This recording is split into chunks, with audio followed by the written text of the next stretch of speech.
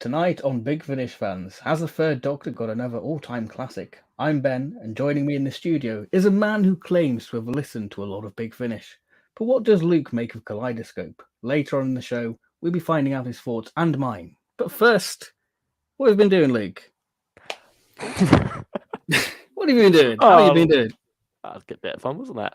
That was a bit of fun. Getting in the Kaleidoscope spirit with a nice sort of 70s intro. Channeling your Jenny Nettles there.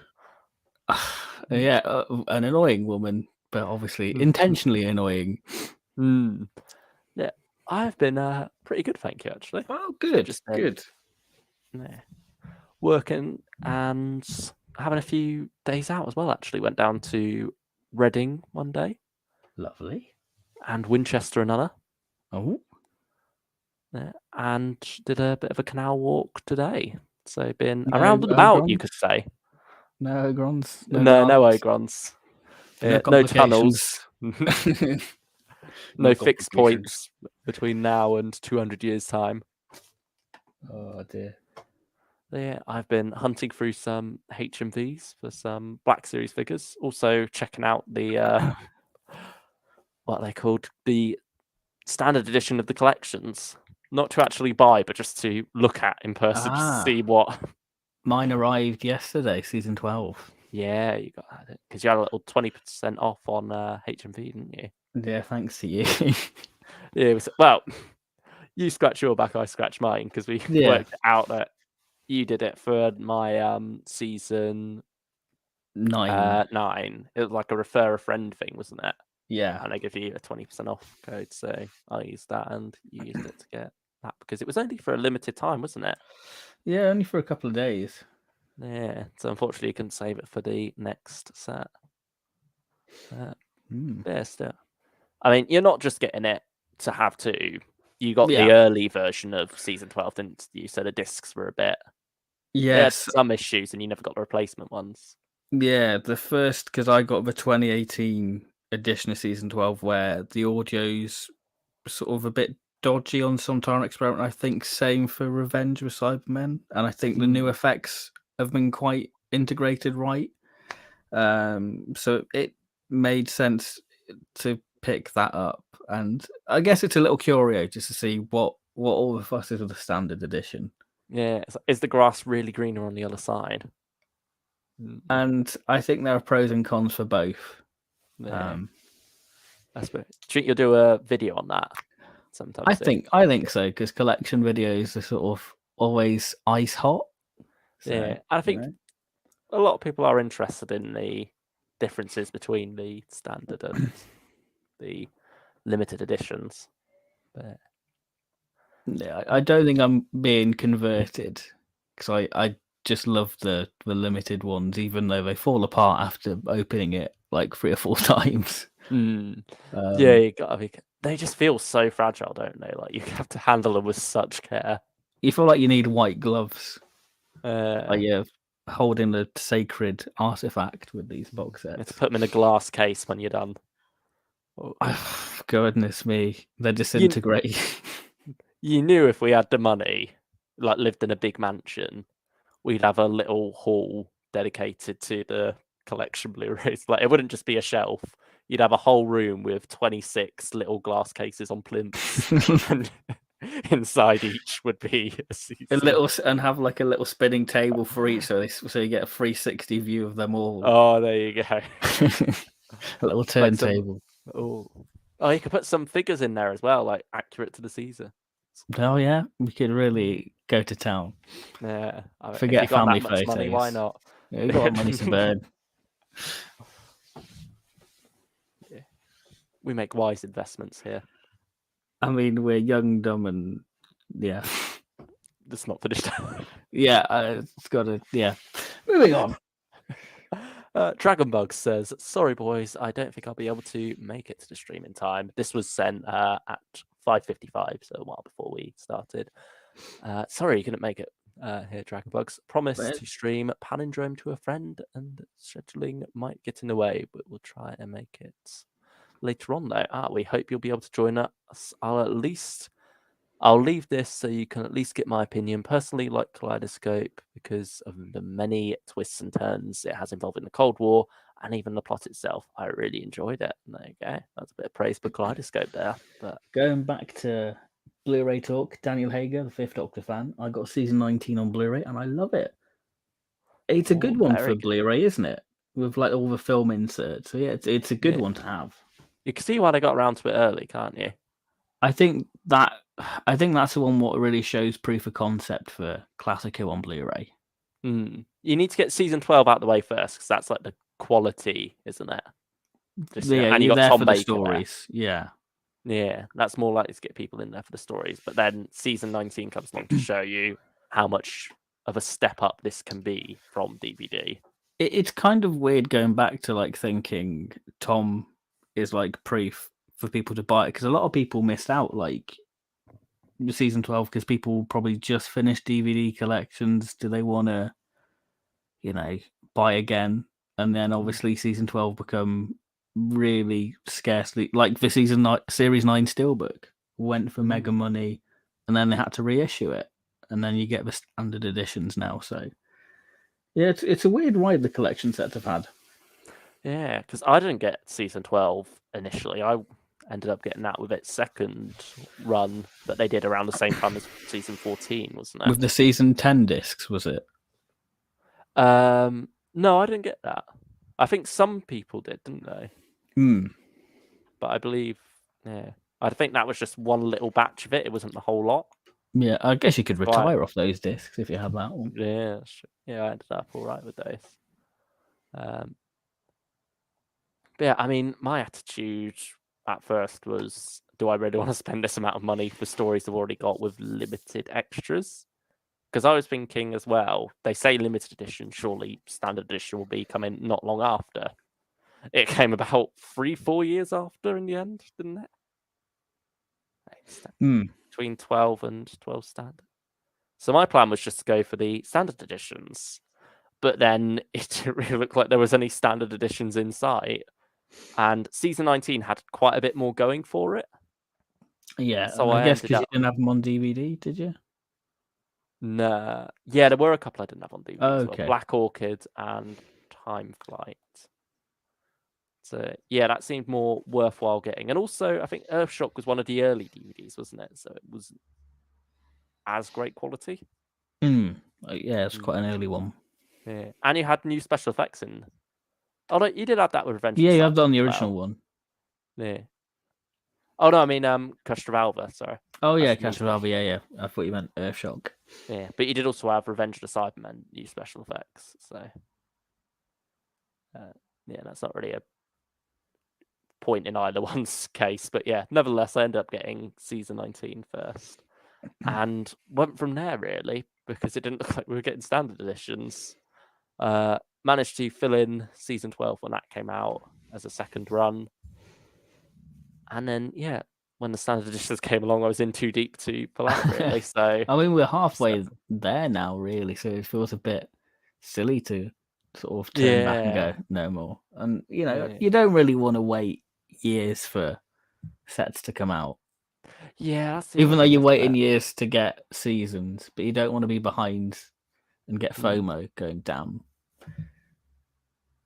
Yeah, I think that was probably it as well with season 12. After a while, I started to get FOMO the first time round. So then when season 19 was announced, I was like, okay, right, I'm pre-ordering that now. I'm getting in with it. Hello, Stylish One. Hello. Thank you for joining us. Tom Garb says, congratulations on the live mention in the Big Finish podcast by Stephen Noonan.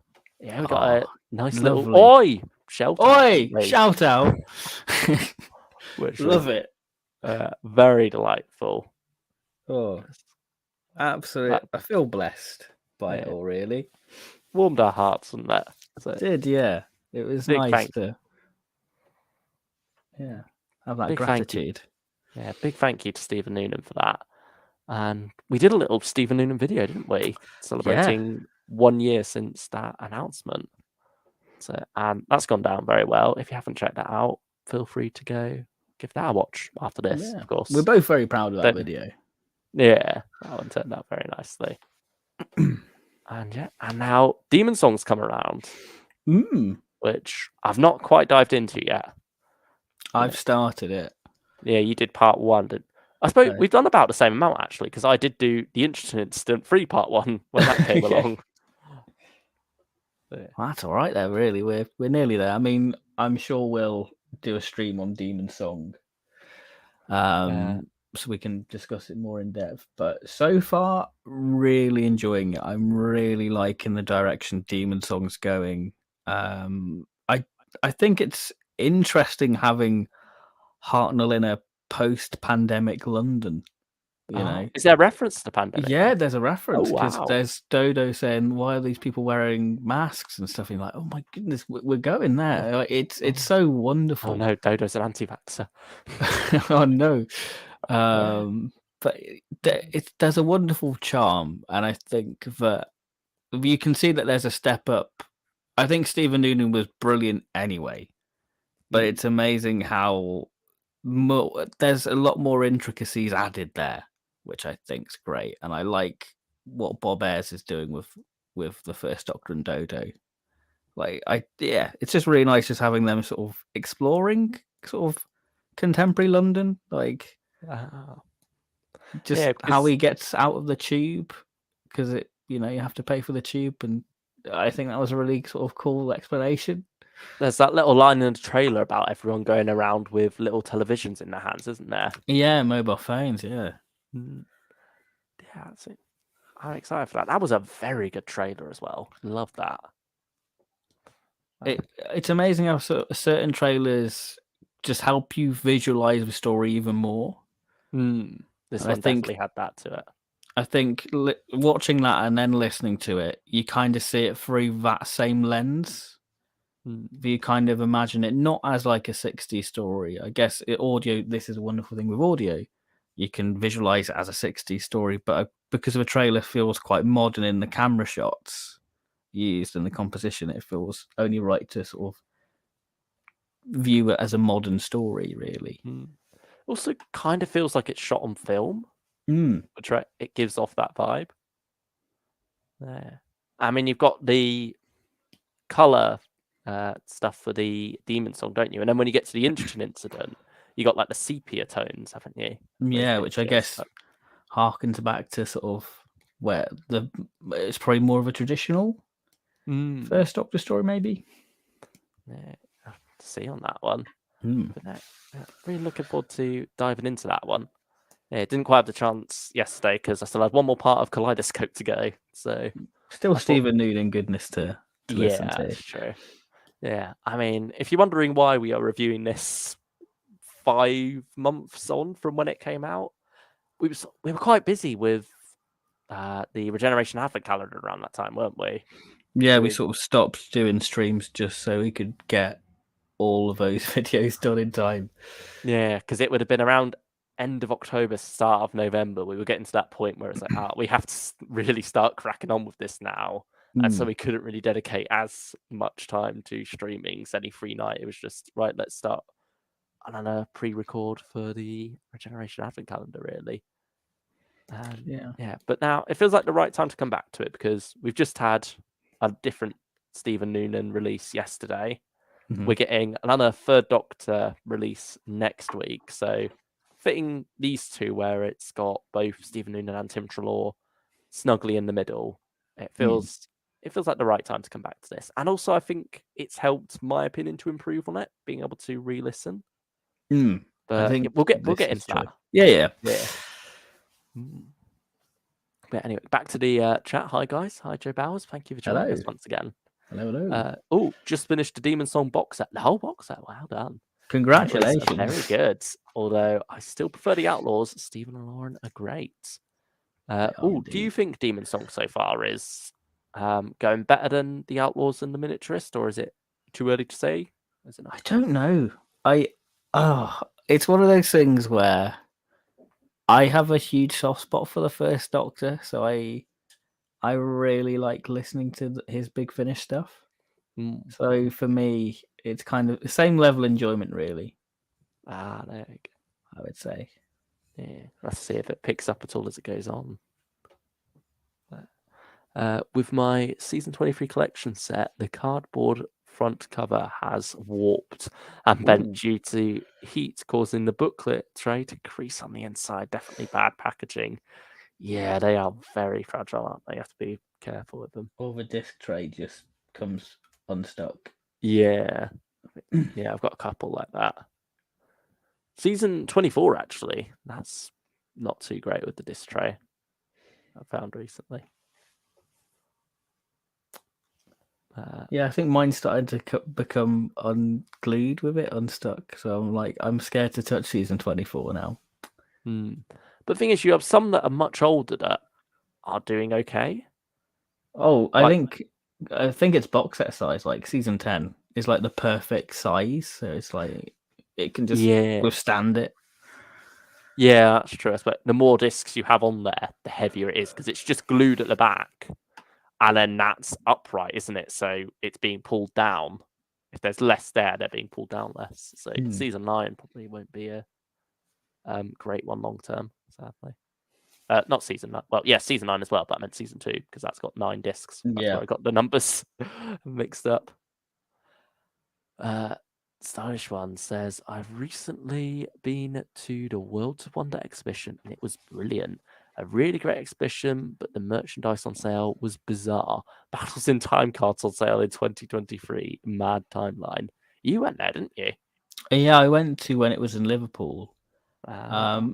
It's nice to have a Doctor exhibition, but I think it could have done with a few more of like recent stuff, like the Cyber Warriors, and yeah, it would have been nice just to have a few modern stuff. It was nice to have the Sea Devil.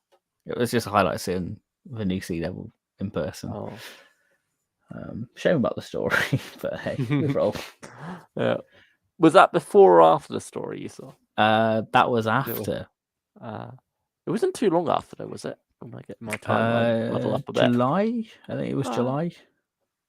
So a couple months after. Close. Yeah, about slap bang between that and Power, really, isn't it? Yeah, sort of that sort of weird midpoint. Yeah, where we didn't know anything. Well, we didn't know. We didn't know it was called Power. No, we didn't until 2 weeks before, was it? It's not daft. Yeah, but I think a little bit longer than 2 weeks, but yeah, certainly not much longer. Oh, no, it must have been. It was September sometime, wasn't it? Ah, okay. Because it was like everything went radio silent after the Queen passed, but DWM was still coming out, so we found out in that. Ah, that's true. Yeah. So it would have been probably around mid-September. Can I ask a random question? Yes, you can, Tom. Certainly can. What is your favourite collection cover? Mine's season 14. That is a good one. Yeah. Because of the tunnel. Bias gives season 9 the edge.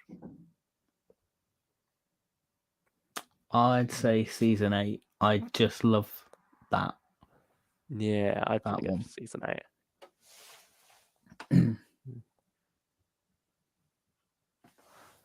Luke, honestly, in January, what will it take for you to watch Dalek's Master Plan? I've recently been watching all eps Recon Surviving with the audios, and it's a brilliant story and experience. I don't know, really. When season 3 comes out on Blu-ray, whatever form it's in, when that happens, I'll sit down and watch it.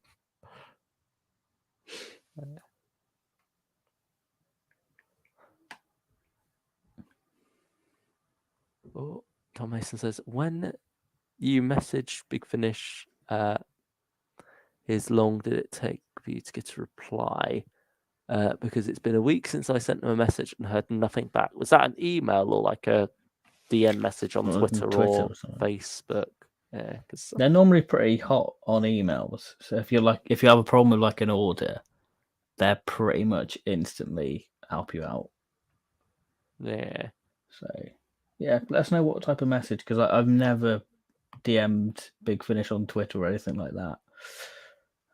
Maybe we should. Maybe we can get sort of review copies. We should look into that maybe. When listening to the first Doctor Adventures and second Doctor Adventures, not Companion Chronicles or Early Adventures, do you visualize them in black or white or color? Asked the Stylish One. I say this. It depends on the story. Because if the story's Yeah. really leaning into that 60s feel, then you can't help but just go black and white. Yeah, sometimes. I think. It also depends. Like sometimes on different listens to the same story, you sort of change your mind, and sometimes just during the story, you'll change your mind on a whim because that's what happened. Like I mean, with Kaleidoscope, there were times towards the end where I was imagining some really dodgy CSO and special effects. Like the That's the scene joy. where Kaleidoscope lifts the beaker. Yeah. Like you can, I just pictured the little green line around it. A bit The like fringing, isn't it? That's what it's called. yeah, a bit like Planet of the Daleks when you've got the Spiridon like mixing the medicine for Joe. Yeah. Well, I'd also, I mean, it's a scene that's directly calling to Planet of the Spiders as well, isn't it? With the tray. Yes, yeah. So it sort of gave me that. Maybe because it's in that same setting, my mind just got brought to that. But I don't know if it's the same for you, but sometimes you'll visualize something and then you're just stuck with that. Like you'll be like, no, that's horrible. I want to imagine it properly, but you can't in a way. Yeah. Like you I just mean, because the human mind is a bizarre thing. You need an ECG for it. I mean, especially me with Third Doctor audio, so I'm debating in my head, what are you wearing in this one? Mm. And I spend most of the story picturing all manner of costumes, and then like when it's like the last episode, I'm like, I finally got it, and then it's like, oh, it's over now. Yeah. But yeah, I say certainly Second Doctor Adventures. I do go colour. But, I mean, then sometimes you got to wonder, do you imagine it being like studio bound or out on location? Because the Outlaws, that would definitely have been like a studio bound little forest setting, like the Yeah, Time Meddler, wouldn't it? But you yeah, can, bit like the Ark as well. yeah, but you can certainly picture it like as if it could be done out on location, really. And then sometimes you've got scenes like towards the end of the Outlaws where they're up on the battlements looking down at the French army. And like if that was shot as a TV story, it would just be you wouldn't see the French army at all. You'd just be like looking on as the characters look down. So like, yeah. Whereas in your head you can imagine them looking out at the French army itself. So yeah, that was a very long-winded answer that basically came up down to we don't really know stylish. It depends. It's all over the place.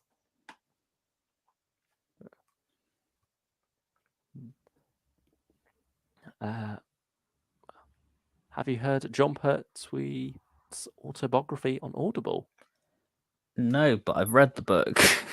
So I don't need to check out the Audible version of it. Yeah. If it was John himself, but if John read it, yeah. but this was done before the time of audiobook readings and stuff. I guess it would have been on cassette, really. Yeah. Because David Banks did that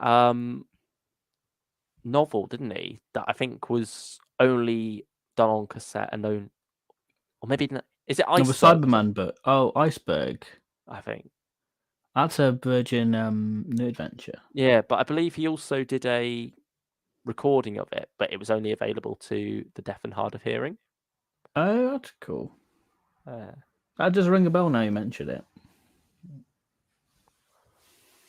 Any recommendations from the recent sales? What are the Outlaws, the Annihilators, 40. Yeah. First Doctor Adventures Volume 4. If you want a Bradley one, go for that's a good one. Volume 4. Very good. Wow. Just having a look at all the different sales they've got. They got a Valentine's sale. Yeah, they got that. Oh, expiry dating's on that one. That's a banger. Expiry dating's a good one.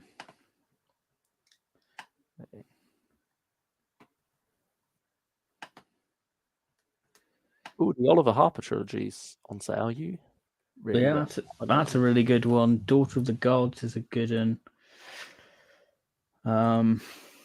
Third Doctor Adventures Volume 5, Volume 7's a banger. We're in Dawn, Creeping Death. Yeah, quite a bit of good stuff on sale. A at the lot of moment. good stuff, actually. Nightmare Country, underrated one. A lost story that goes under the radar for no real reason, to be honest. Yeah. Real good stuff. Where? So these are the Bradley ones. What ones are in the Valentine's Day sale? All of Stranded's on sale, and some is that all, or is it all of it, or is it just the first two? I think it might just be the first two. I recommend. Yeah. All of it is on sale. Recommend Stranded. Yeah. The first two are £17.49 as well. Only the other two are 20 quid. Yeah. Oh, Soho, the Unbegotten. That's good one. Not Hidden Depths. We'll get into more on next that. week. More on that next week, I guess. Yeah. I suppose, shall we quickly cover the single piece of news? Or there's kind of two. Yeah, we can do. Yeah, we got a cover. We did get a cover. A Worlds of Doctor Who cover, but not quite the one we were expecting. I mean, we might. I mean, I have found out some news that is sort of leaked. Oh, has it? Is that out? Something going around on Twitter at the moment from? No, Gallifrey base. Oh, Gallifrey. Is this going to be something that will be revealed at Gallifrey one? I don't know. But it's a title of a box set. Oh. It's already been announced. It's already been announced. One of the ones that's up on. Is this a reputable source? Is this one we? Are we doing a Jenny Nettles here? No. It's on Spotlight, which, if you don't know, it's basically a casting thing. Yeah, I mean, we got After the Daleks title from there, didn't we?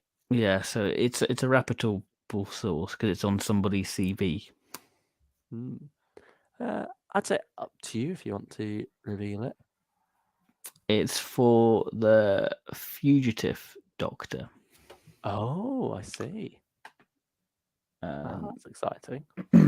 Yeah, so there's been a title for that. Is it a particularly spoilery title then, or is it just? Not really. It's called Allegiance. They already used that for Gallifrey War Room. I'm just gonna have a look, see if I can find if there's any more. I'd love to know how the person who played Melvin Peake in Peak Season. It's on his Spotlight. There we go.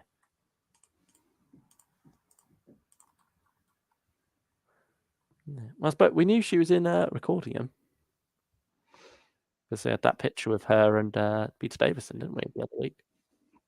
Yeah. But yeah, I wouldn't. That's not really anything particularly spoilery, is it? No, we can get away with revealing that one. No lawyers will be coming after us.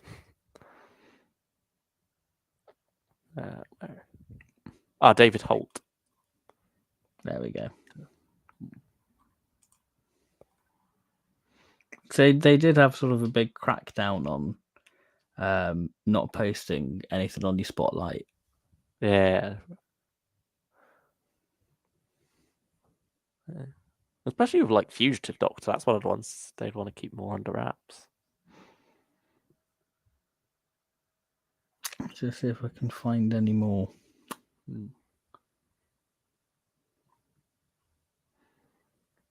See if I can, because there was another thing on there as well, which I'm trying to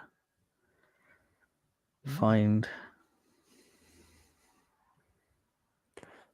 Drew Bowers, I met Michael Troughton last weekend, and he was telling people he's recording 3 more box sets of Second Doctor Adventures next month, with more in the works. Oh. I suppose, could that mean we're going up to 2 next year? We can only hope.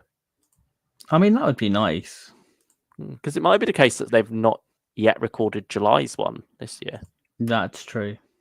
Yeah, where is yeah, because last year's Beyond War Games wasn't recorded until 21st of February, 21st of March, and then to the 23rd of March.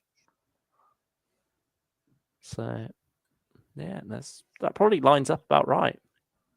They could just be getting more in the bag while they've got them available. So, maybe Second Doctor news by the end of the month, start of next.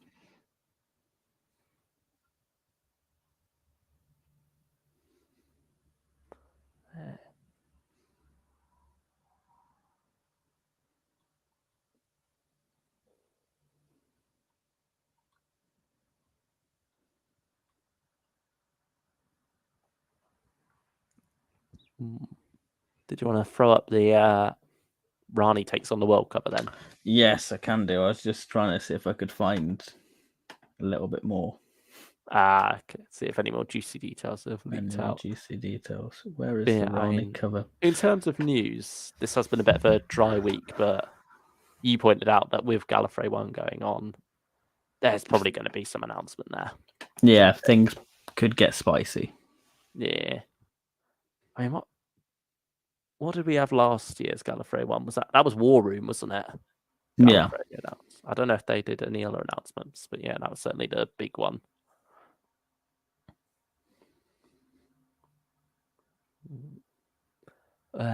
Stylish one says, mad how opposite me and Luke are right down to what stories we've watched. I've not watched Dalek Invasion of Earth, or The Chase, but I've watched Missing 60s Dalek stories.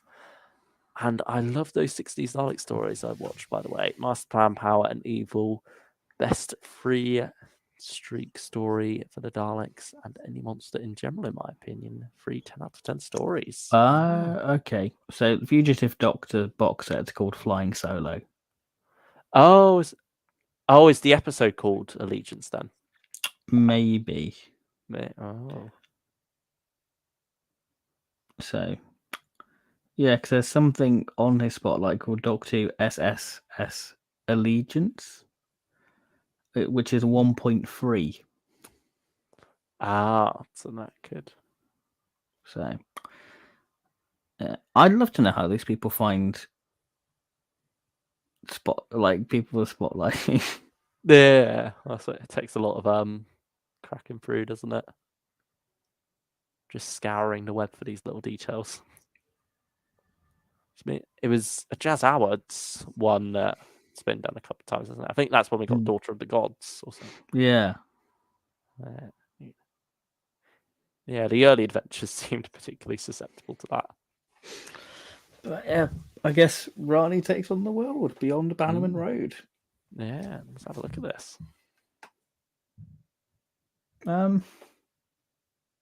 It feels very sort of it gives me sort of series 3 Sarah Jane Adventure promo. Oh, it's not quite up at the moment. Is it not? Did you pause your screen share or so? Maybe. Oh no, is it? Hang on, I'll stop sharing and reshare. Yeah.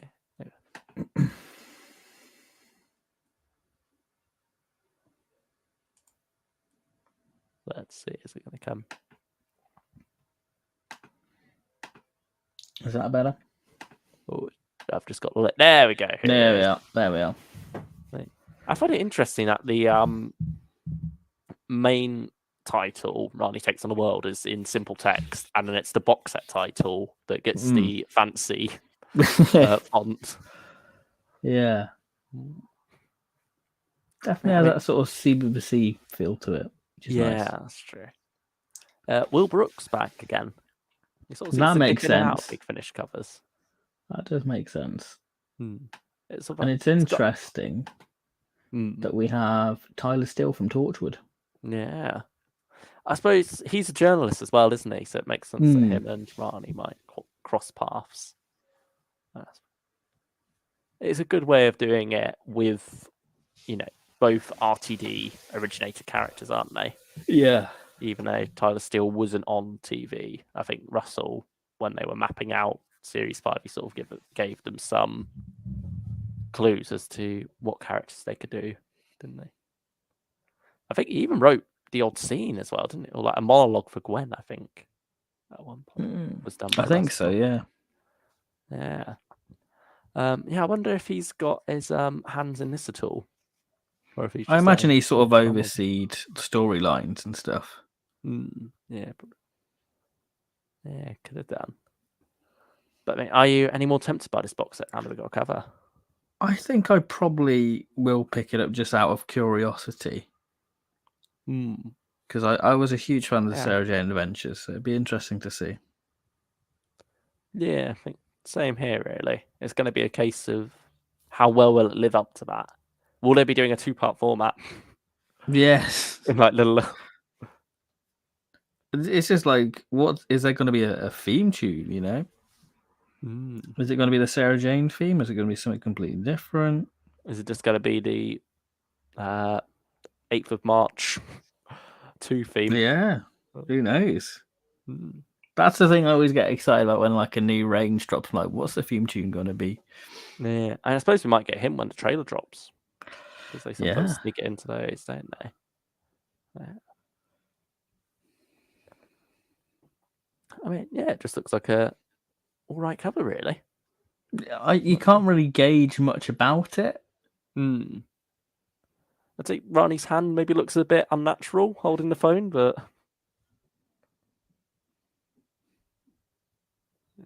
also it's just like the awkward promo pose, isn't it? I mean, it's interesting that it's like adult Rani, but she's still wearing her teenage clothes. Like, you know, she's a fan of, you know, upcycling, you know. I'm pretty sure that's just a promo of Clyde from the show as well, isn't it? Yeah, yeah. But it's not current day Daniel Anthony. Yeah. But the thing is, he was like quite old at the time when he was playing it. So like, way older than the character was. Let's have a look. Let's look at his age. 35 years old. So Okay. He'd have been what 20 playing Clyde, who was meant to be 14 at first. Around. Yeah, certainly playing younger than he was. Yeah, and I think it was the same for all of them really on the show, but not quite to the same degree as Clyde. Yeah. But it should just be interesting picking up with the characters again all this time. Yeah, be interesting. Be interesting indeed. And then the other news announcement was just some interviews with different women from Big Finish, which will be coming out across the week of the 8th of March. That should give an interesting insight into the production process and such. Yeah, it'd be a nice sort of thing to go alongside the 8th of March release. Yeah. I think there's one especially interesting one where it's like highlighting the women more behind the scenes. I don't know if they've revealed exactly who's in that one. Yeah,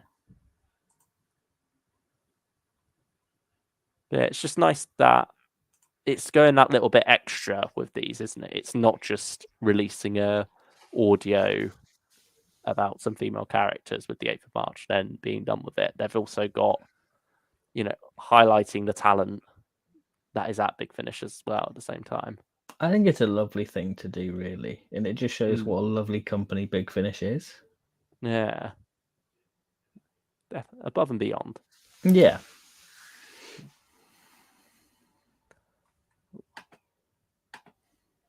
I really hope we get 2 sets of Second Doctor Adventures. Then we can get 6-parters and the art can become more intertwined and really progress and the stories can be bold. So much potential for the stories. Yeah, with it having an ongoing arc, it definitely will drag a bit if it's only one box set a year. I think it needs to start to get closer once people stay engaged with that ongoing story.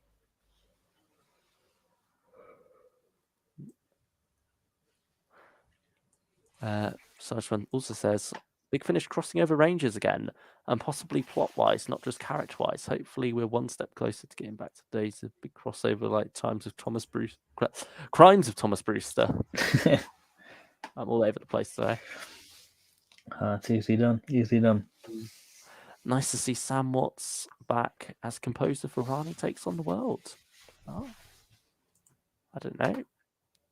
Yeah, I feel I need to pay more attention to the names of sound designers. To be honest, I think that's You kind of so used to like the big heavy hitters, really. yeah. You got like your Jamie Robertson, don't you? Yeah. Like Toby Heinrich Robinson, and who's the one who did Scourge of the Cybermen? Oh, Stephen Fox. Steve Steve Foxon. Fox. Yeah, that's it. Yeah, I think those are the big three that you remember. And I mean, technically Nick Briggs as well, because he does the. But you don't often think of him first as a music person, obviously, because he's doing so much other stuff at Big Finish: writing, directing, acting, creative directoring. Yeah. Podcasting. Do you think with Big Finish pulling in more big name stars, we're heading back to that period about 2009 to 2011 where Big Finish cast a ton of well-known actors in audio? I'd say so. I just think it's. I think with like lockdown, the rise of audio drama, I think there's more of appeal for people to jump on that now, and I think Big Finish is a big pioneer in like the audio drama world. So I guess naturally, they're gonna draw these people in. I'm excited from the way the actors talk on the interviews as well. It very much seems like Big Finish is discussed by actors quite a bit. They'll sort of like be saying, "Oh, have you done a Big Finish recently?" All they're wonderful to do to slip into and go out of again. I think that's the joy of radio, though. Really, is it's not to say that there's no homework in it, because you read the script, you mark up your lines, and you have a vague idea of what you want to do with the character and stuff. But I think that's the joy, and I think there must be there has to be a safe space to be creative, because when you're acting, there's a lot of vulnerability there. So to have that safe environment Big Finish have, it's great. Yeah, that's true. I think there was a American actor recently out on Twitter. She said, I can't remember who it was now, it's terrible, but she said about how she really enjoyed her experience doing a audiobook or voiceover role, I can't remember which. And she said, she could do this all day. I loved it. And yeah. I loved doing it when I was at uni. Like my Thursday morning for 2 hours was great, because I was like, I'm in a Big Finish technically, and it felt like I was in a Big Finish because I was in like a little sound booth, and it was really cool. And yeah, I miss it. Yeah, but basically, someone replied to her saying, "Have you heard of Big Finish?" And she said, "Oh yes, I have. They seem to do wonderful stuff, but I don't know if they'd want an American." And then Big Finish basically replied to that saying, "We'd love you." Well, Please join us. The intern getting in again, like they did with the Mind of the Hodiak thing. But yeah, maybe that goes somewhere. It's Mara Wilson. There you go. Thank you, stylish one. From Matilda and Mrs. Doubtfire. There we go.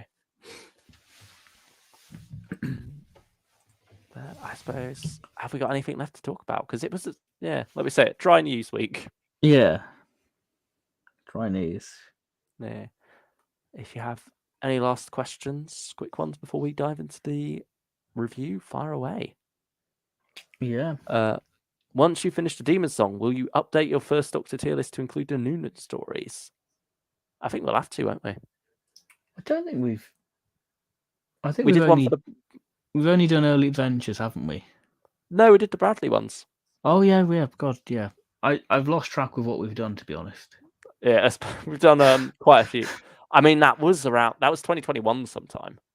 That's easy. We've done like 100 streams since then, so yeah. Please forgive me. Let's scroll down. Where's this? Here we go. Just got 10th of December. Okay. 2021. So, over a year ago. Yes, I think we probably should go back and update that. Yeah, absolutely. I mean, actually, I completely forgot to tell you this. So thank you okay. to who was Joe Bowers for reminding me of this. I did add Kaleidoscope to the list. Oh, brill. So I can send you the link over to that and we can add Kaleidoscope because we did add We did all the the Riddlers, didn't we? Annihilators. Yeah. It's just a case of has your side of things saved it. Yeah, because I'm on a different computer. Yeah, we may have to throw it in and then have to look back and see where the others went. Here you go. I'll send that. Okay. Yeah, so we can add Kaleidoscope when we have done with the review. But yeah, it might not have the others filled in on Ben's end. It doesn't. There we go. Right. Okay. I'll quickly work through that while you have a look at the chat. Yeah. Okay.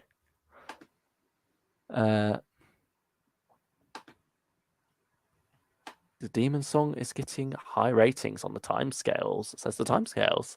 Congrats to new author Bob Ayres, of course. I'm very eager to dive into that one and see what it has to offer.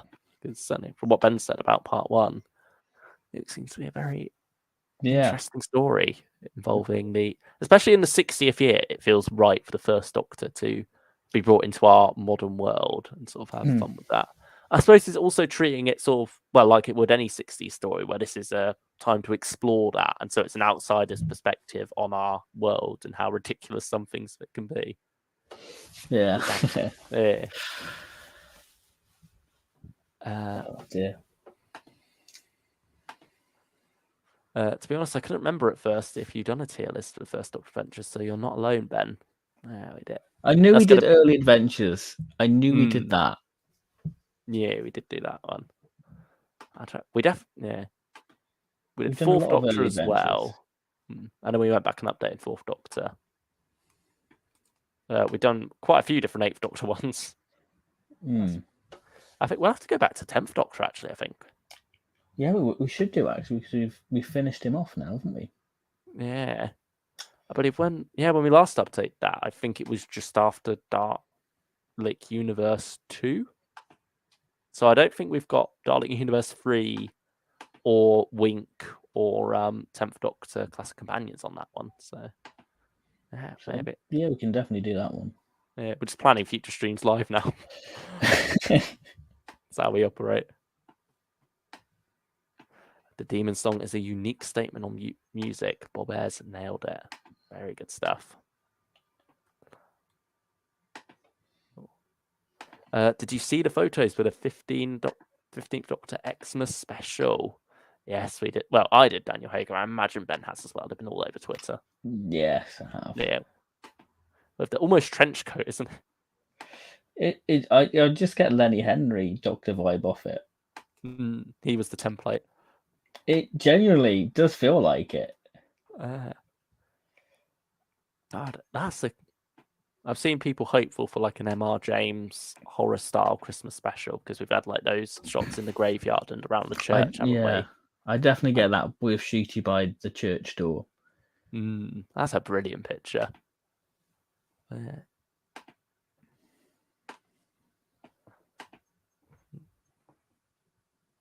I mean, imagine it's got to be modern day, hasn't it? Because you're introducing Ruby.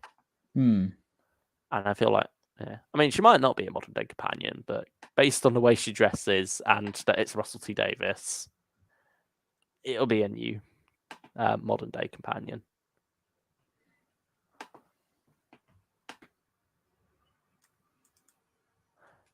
Tom Mason, I sent the message on email and on Twitter and have heard nothing. I'm hoping to get review copies.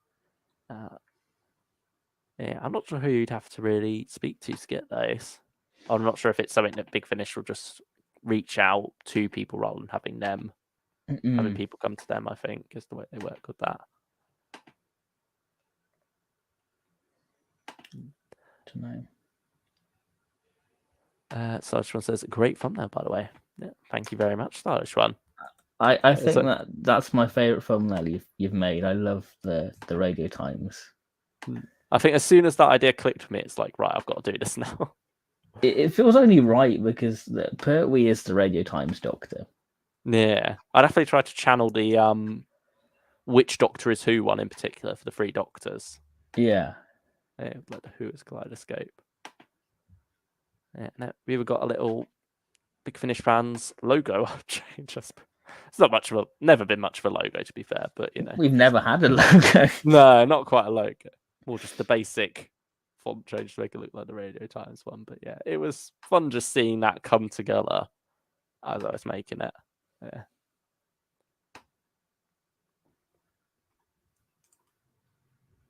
Favorite Third Doctor Adventures cover of 2022. Ooh, Annihilators. They're both very good. They're both very good. Sean Longmore's definitely my favorite of the Big Finish cover artists at the moment. But I will say Annihilators clinches it for me. It has to be Annihilators. I mean, Kaleidoscope's fun because of like the snowmobile, but that's a fleeting moment in Kaleidoscope. Yeah, it is.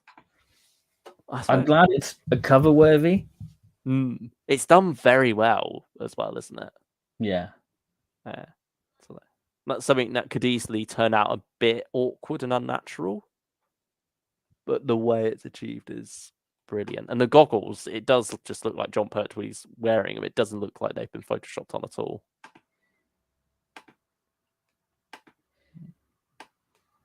So yeah, that's great stuff. Cool. How far have you gotten through? I can't remember where we put a lot of these. I've done the tier list. I mean, did we do the Annihilators? Yeah, we did. That must be top. Yeah, I'm just gonna put it on top. Yeah. Just for argument's sake. Yeah, because we did that in the Annihilators one. Which was that exactly a year ago now? Yeah, I think so, yeah. Yeah. Streamed live February 17th, 2022. So that was another reason we decided to Kaleidoscope today. There you go. There we go. Yeah, I've got to get through some ads first. You're getting some ad revenue here, Ben. And I mean, yeah, somebody's got to pay the bill. Where is? I think did we do the review first and then? I think probably did the review and then added it to the tier list at the end. Yeah. Oh no, but we did the news after the review. Whereas okay. Today we're doing the well, such as it is. We're doing a little chat first before we get to the review. But here we go. Come on. Yeah. Just go. Oh, oh no, we didn't. Oh, we didn't. We put it second to top. Well, I've put it in top now. Yeah, it could go in top. It deserves to be. It's our tier list. It's staying there. I'm not moving it. I don't know why we didn't put it top. I think maybe because that was like initial listen, maybe. Yeah, I guess so. I think it's one that's grown on us. We have re-listened to it since then. All right. You must have re-listened to it as well. Yes, I have. Yeah, there we go. Yeah, I'd say. It feels wrong if it's not top spot because it was our top one of last year. Like, how can we say that and then put it second to top? Like what does that say about the rest of last year? We have high standards. I don't know. Yeah, I suppose so. I don't know. Let's see. How does Kaleidoscope compare to the Sarah story from Volume 8? Our stylish one. I prefer Kaleidoscope. I think Kaleidoscope's more of a multi-faceted audio. Yeah. Yeah, the one from Volume 8 is what is? I can't remember the title of it now. Devil's Hoofprints. Yeah. Is it Hoofprints or Footprint? I think it's Hoofprints. Yeah, Hoofs. Yeah, and then Footprints is a short trip with Seventh Doctor and Mel.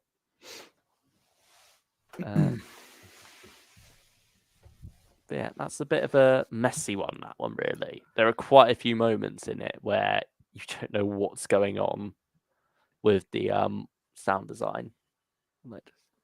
I think I It's quite enjoyed that like, one a lot more than you. yeah, I did go back to re-listen to it. I think it's one where it's got high highs, when it's got that Victorian atmosphere. You feel like you're gathering around the fire to keep warm in the winter with the snow all around. There's wonderful moments like that. You've of course got the tea tray. Yes, I love the tea tray. But then when it's not so good, it really suffers a bit. So it's high highs and low lows is how I would describe the Devil's Hoofprints. Joe Bauer says, in the interesting incident, there's an actor called Thomas Michelson who sounds like Richard Franklin. If they ever recast Yates, he'll be a good choice, although I hope not, whilst Richard Franklin could still return. We shall have to see. Yeah, that's one for us to listen out for, isn't it? Yeah. Yeah. I know there's an actress who was in Emissary for the Daleks, who I said Yeah. to you, Tam Romana 1. Yeah, and there's somebody in Old Lang Syne who could do a good Jodie. But who knows, we might get Jodie announced as the Doctor. Yeah, Big that could be Finish. a Gallifrey One announcement. That'd be cool. Stylish one asks, favourite short trip for each Doctor? I think we'll put a pin on that and come back to that one, Stylish one. We'll So, do Kaleidoscope and then we'll go back to that one. Did we want to do a spoiler-free chat and then a spoiler chat for this one as well? Just for anyone. Yeah, I think enough time's passed with Kaleidoscope because again, it's a difficult one to talk about, especially when you get to sort of, because Kaleidoscope, it's sort of 3 stories in one with the umbrella title of Kaleidoscope. Yeah, it's not your typical 6-parter by any means. Yeah, I mean, first off, Alan Barnes, when it came to writing this story, said that people, while writing for Doctor stories, usually try to channel Malcolm Hulke or Robert Holmes, don't they? That's like the go-to Third Doctor era vibe. But the Third Doctor era did have a bit more variety from that, and one of the more out there set of writers was Bob Baker and Dave Martin. So Alan Barnes said he's going to try and channel them instead and do a what if they wrote a season 11 story, didn't he? Because we didn't get one from them, actually. No, we didn't. Yeah, they did 3 Doctors, and then after that was Sontaran Experiment, which wasn't quite their typical fare, I'd say. But we did Claws of Axos, didn't they? Yeah. Oh, but I mean in between. Oh, yeah, okay. Because they went from season 10 with that, and then after, because they had Claws of Axos and the Mutants. Yeah. As well. But yeah, they skipped out on season 11 and came back for 12.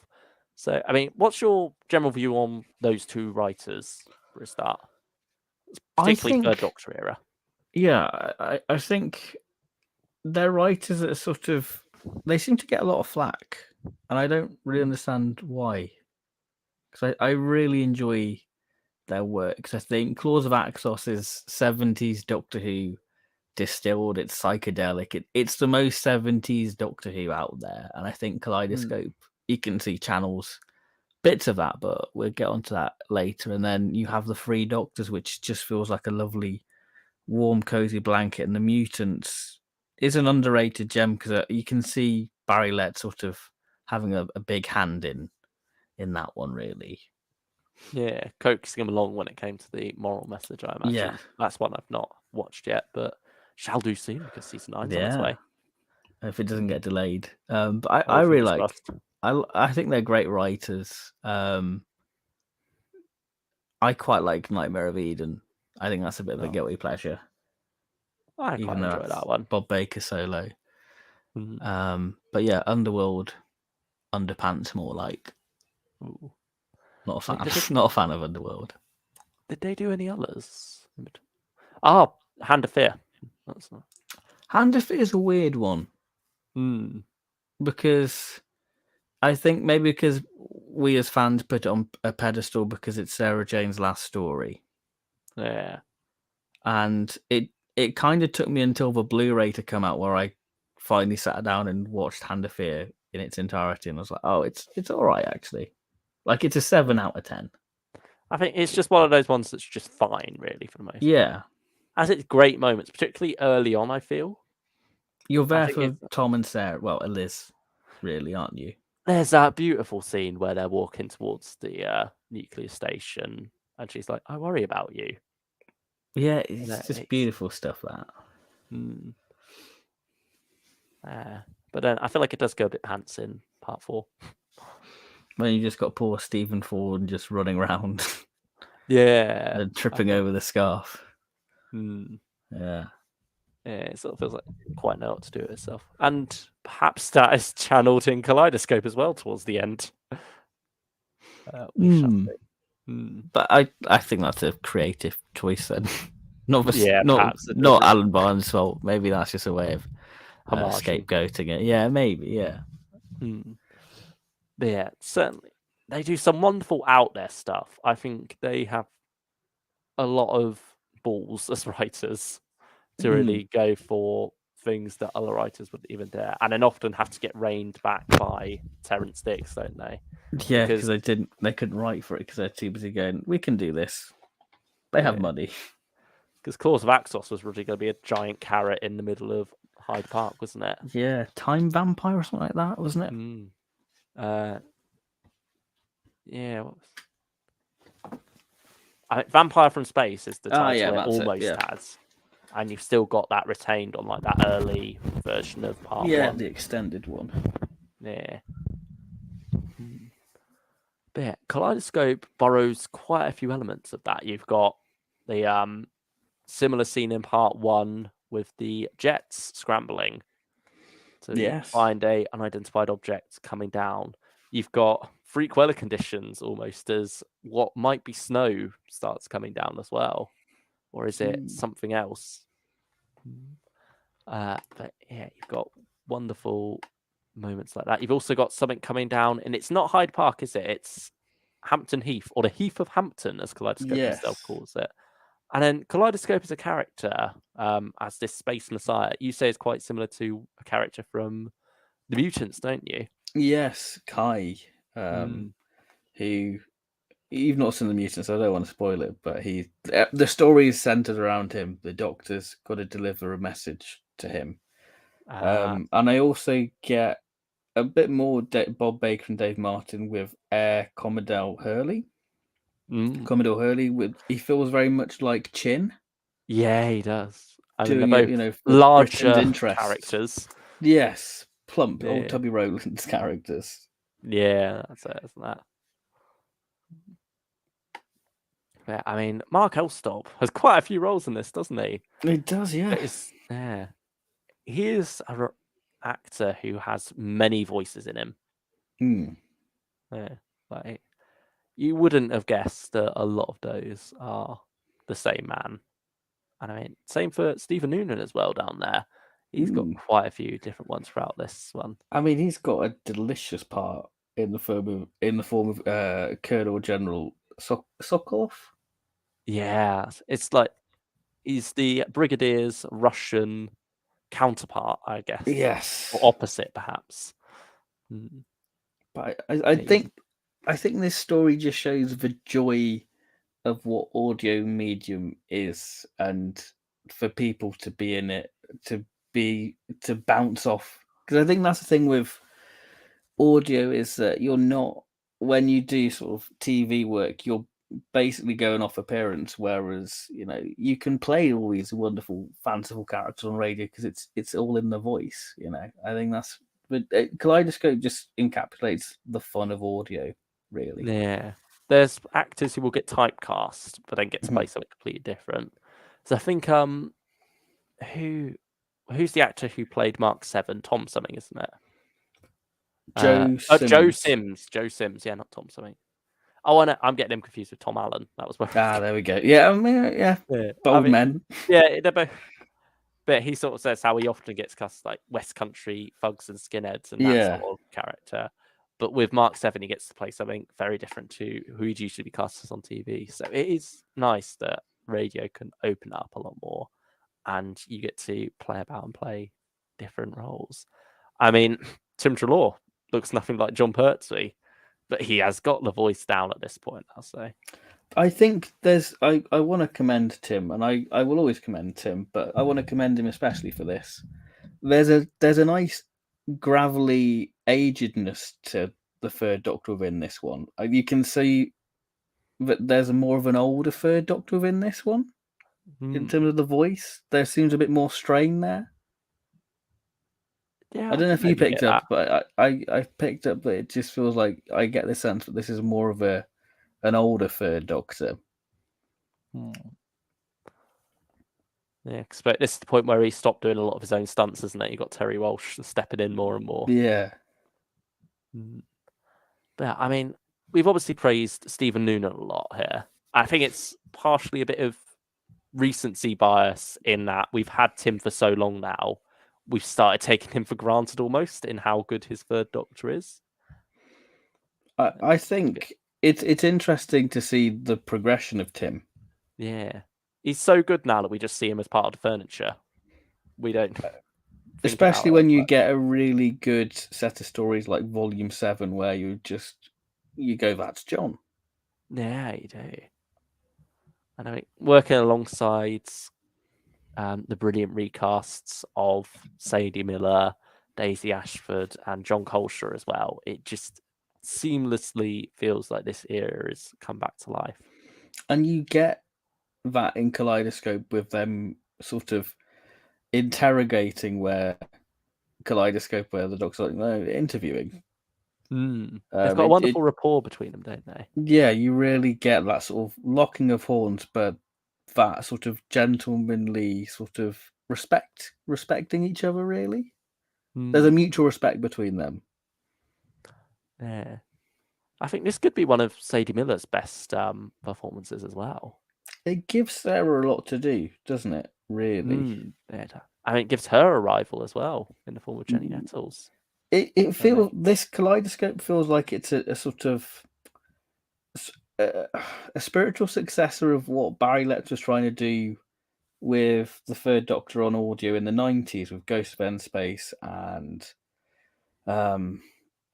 Paradise of Death, Ghost of N Space, with Sarah having her own companion in the form of Jeremy, and Kaleidoscope sort of fits into that. And then you have and he's sort of a little journalist, and then you have sort of the rival journalist in the form of Jenny Nettles. So it feels like it's a homaging all aspects of season 11 in expanded media and on screen, really. Yeah. Because, I mean, like we mentioned earlier, you do sort of get some homages to Planet of Spiders as well with the ECG. I mean, it's an Alan Barnes script, so it's chock full of references. Yeah.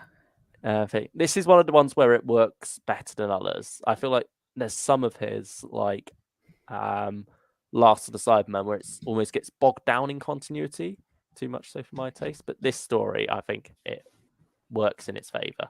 I think because there's 3 different flavours of Doctor Who within it. So if you find one sickly, you're probably the next flavour's probably your cup of tea, maybe. Yeah. And I think also for Kaleidoscope, I will say it's one that can improve a bit on re-listen. It certainly Yes. did for me. I think with the Annihilators, what you see is what you get. If you weren't a fan of that, I mean, we know we definitely were, but if you weren't a fan of that, I don't think re-listening to it will help you there.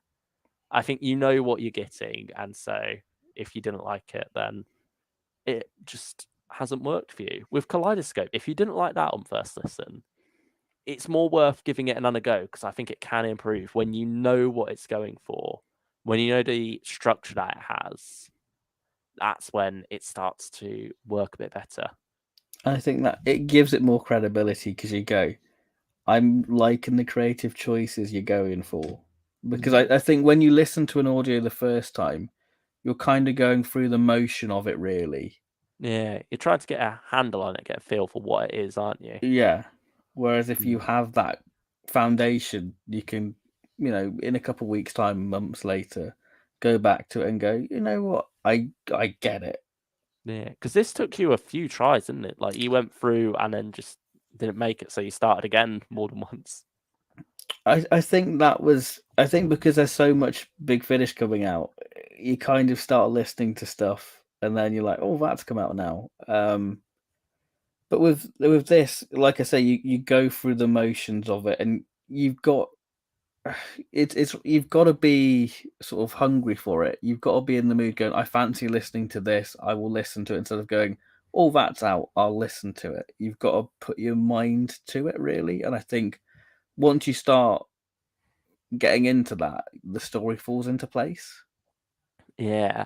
And I think that also comes down to the first listen as well, of in that Kaleidoscope has a lot of twists and turns to it. So it's almost hiding what it's going to be until you listen. Whereas with the Annihilators, it's quite clear what that is just by looking at the cover, reading the synopsis. And that's by no means in the detriment of the Annihilators, because like we said, that was our favourite story from last year, and we love what that's going for. With Kaleidoscope, it keeps things close to its chest in the marketing, like the trailers and that little description they have don't tell you too much about this one. The cover as well, like we say about the snowmobile sequence, that is a minuscule part of it, really. It's So 40 seconds in the yeah, grand scheme of things, really.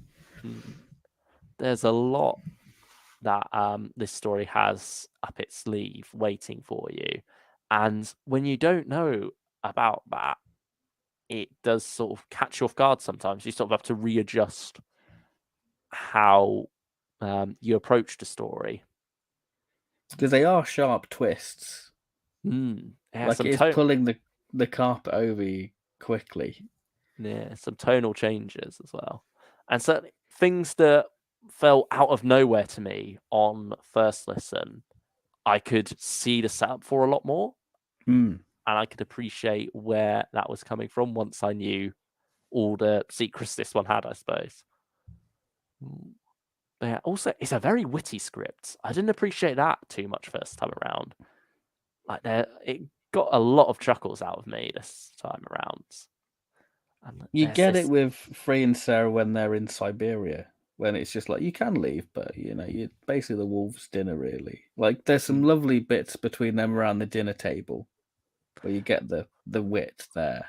Yeah, you get some very wonderful dry humour from Sokolov. Yes.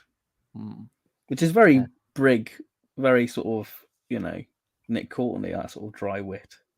Yeah.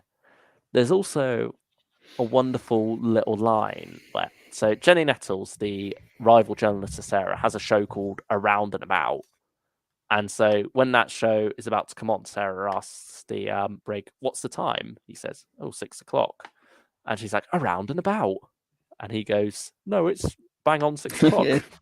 And she's like, "No, her show." It's like little things like that where you can tell these names were probably picked just to make a joke like that. And you got to appreciate it. But it feels wonderfully in keeping, though, the name of the show. Yeah, it doesn't feel like it's made to force that joke. It feels perfectly natural, and that joke just... I mean, maybe I'm wrong. Maybe that joke just come along naturally. It popped into it. It's like, oh yeah, I've got a show called A Roundabout. I can do a joke about the time of that. Because it feels like, because you get it on like the DVD extras of like Katie Manning and Liz Sladen like going around doing like children TV show sort of factual things about like oil rigs on like Terror of Zygons and stuff like that. You can imagine a show of that ilk with that name, really. Yeah. I suppose it's also got a bit of Tomorrow's Worldness to it, perhaps. Yes, yeah. Did that? Yeah, that was around in the 70s as well, wasn't it? I believe so. Stephen Noonan, you can maybe correct us on that. I mean, it's a bit before our time. Yeah, you're more of an expert with the 70s TV than we are for obvious reasons. But yeah, if you're watching this on playback,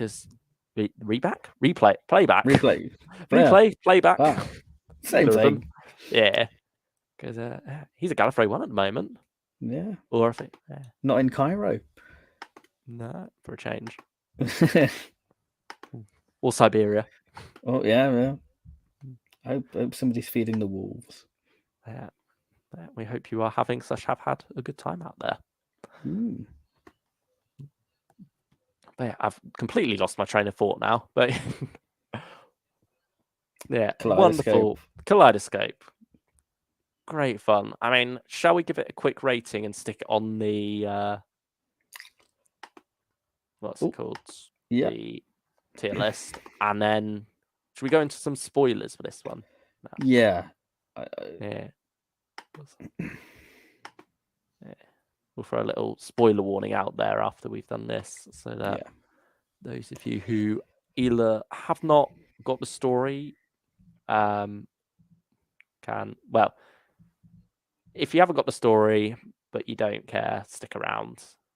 If you haven't and you want to experience it for yourself in full, pick it up. It's on sale at the moment, isn't it? I As think part so. of the yeah, I believe it is as part of the Gallifrey One sale. Oh yeah. I mean, Yeah, I'd say it's worth picking up. yeah, I think so. I mean, I feel like I'm much more likely to recommend it now than I was when I first listened to it. So yeah, give it a go if you like the more quirky side of the Third Doctor adventures. But where shall It's it fit very on here? experimental.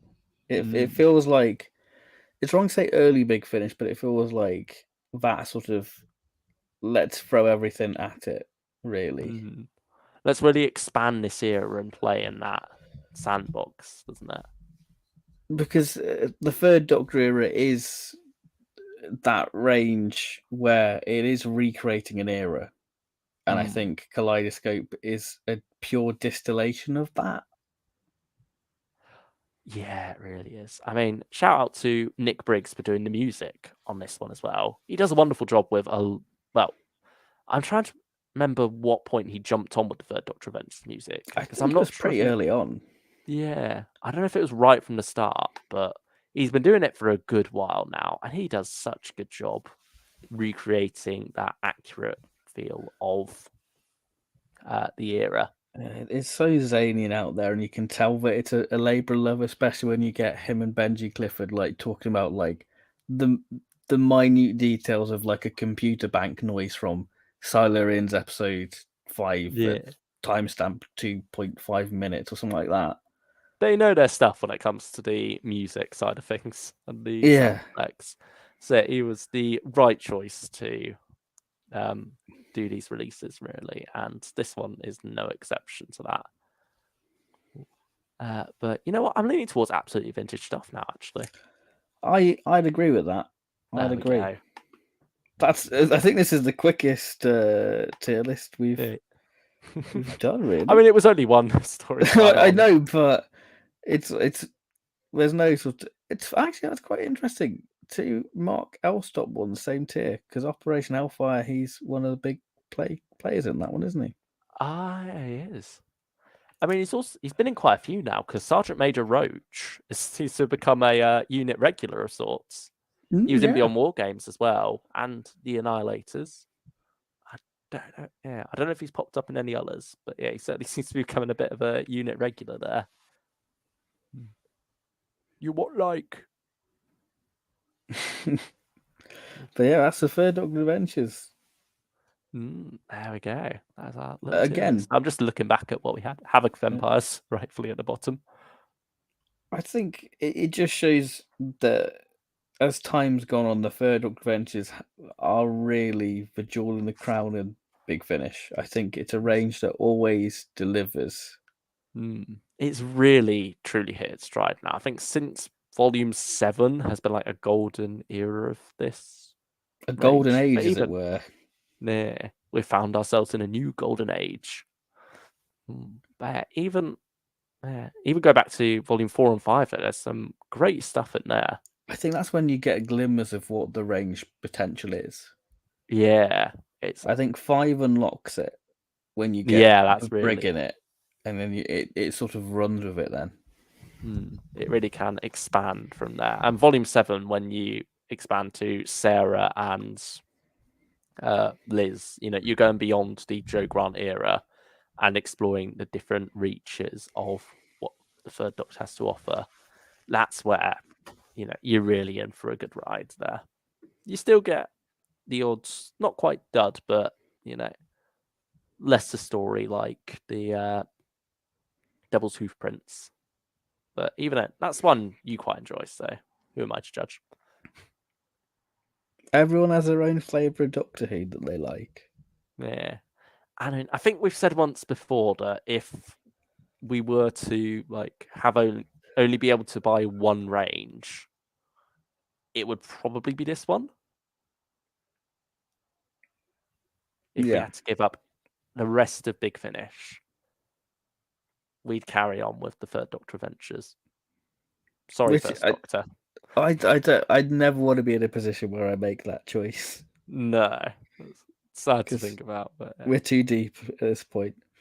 yeah, certainly. If it was gun to my head and I had to go, you're dropping all Big Finish apart from one range, I'd probably stick with Third Doctor. It'd be tough between that and Fourth Doctor, but I feel like this Fourth Doctor, it's more nostalgia. You're doing it for Tom. Yeah, This is more quality. I think First Doctor's kind of got out of it. I feel like First Doctor's given Third Doctor a run for its money though in terms of quality. Oh, really? I feel like the Third Doctor Adventures kind of had teething problems, whereas I feel like because the Third Doctor had to walk so the First Doctor could run, and Second Doctor really, Yeah, I think they've sort of hit the ground running with those first two Doctors compared to the third. yeah, because Tim obviously was one of the first recasts they did, and so there is that sort of confidence issue, isn't there?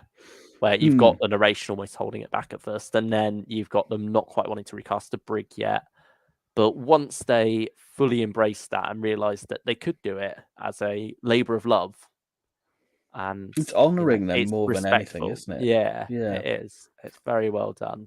And I think once they were able to go all the way with that and really put the emphasis on recreating the era, that's when the doors blown wide open and you get some wonderful stories, some great variety as well, and just a lot of fun to be had. I think maybe I'm leaning more towards the Third Doctor Adventures over the First Doctor as well, because it has more of that precedent, Yeah. because it has been going on longer. So we've got that already had that commitment there, we're already drawn in. Whereas First Doctor, because that's only just started, it's like, it's doing very well at the moment, but it doesn't have the same history yet. But I mean, I'm sure it will do at some It's point. earning its And stripes, I'd say. in a couple more years, we'll see how they rank against each other. As hopefully we get to expand the First Doctor Adventures with more than one box set a year. Fingers I'd love crossed. that. Love that. Because that's certainly what helped the Third Doctor as well. Because Volume 7 was the first of two in that year. Yeah, cause it's interesting how the Third Doctor was sort of a Doctor sort of left in the dust. Because you had the early Adventures Companion Chronicles, where the Third Doctor was sort of in a weird limbo state, and you'd just have like that one box set, and that would be it. And then as soon as you get to the two box sets, everything sort of comes together, really. And now we've got him in things like Classic Doctor's New Monsters. Which I think is a wonderful thing, really, to show that there's trust there and there's faith. Yeah, there's not like this almost looking down within Big Finish on recasts, is there? And I feel like Tim has earned a place with. It's wrong to say big boys, but you know what I mean. Yeah, I do. Yeah, wonderful stuff. Yeah, shall we now go into some Kaleidoscope spoilers? I suppose. Yeah. Yeah. Final warning for those of you who have stuck around this long. If you don't want to be spoiled on Kaleidoscope, get out now. What would you give Kaleidoscope out of 10 quickly? Oh yeah. Okay, one last thing before spoilers. You stick Okay. around. Stay a bit longer. Stay. We're going to rate it. Yeah. 8.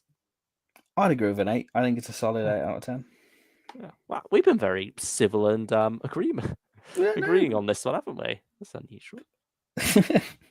I mean, we're never too far apart most of the time, but so it's very quick. I'll give it that. Oh, I agree. I'll put it there on the tier list. Yeah. Bish bash bosh. Yeah, we're done. There we go. 8 out of 10. 8 out of 10. Now, get out of here if you don't want spoilers. But listen to it and then come back, Yeah, listen. Yeah, go check it out. It's on sale. It doesn't show it here, but I think you have to go. I'm pretty sure it's on sale. Let me check that. I feel like it has to. I'm pretty sure it was. Let's have a little look. I feel like it has to be.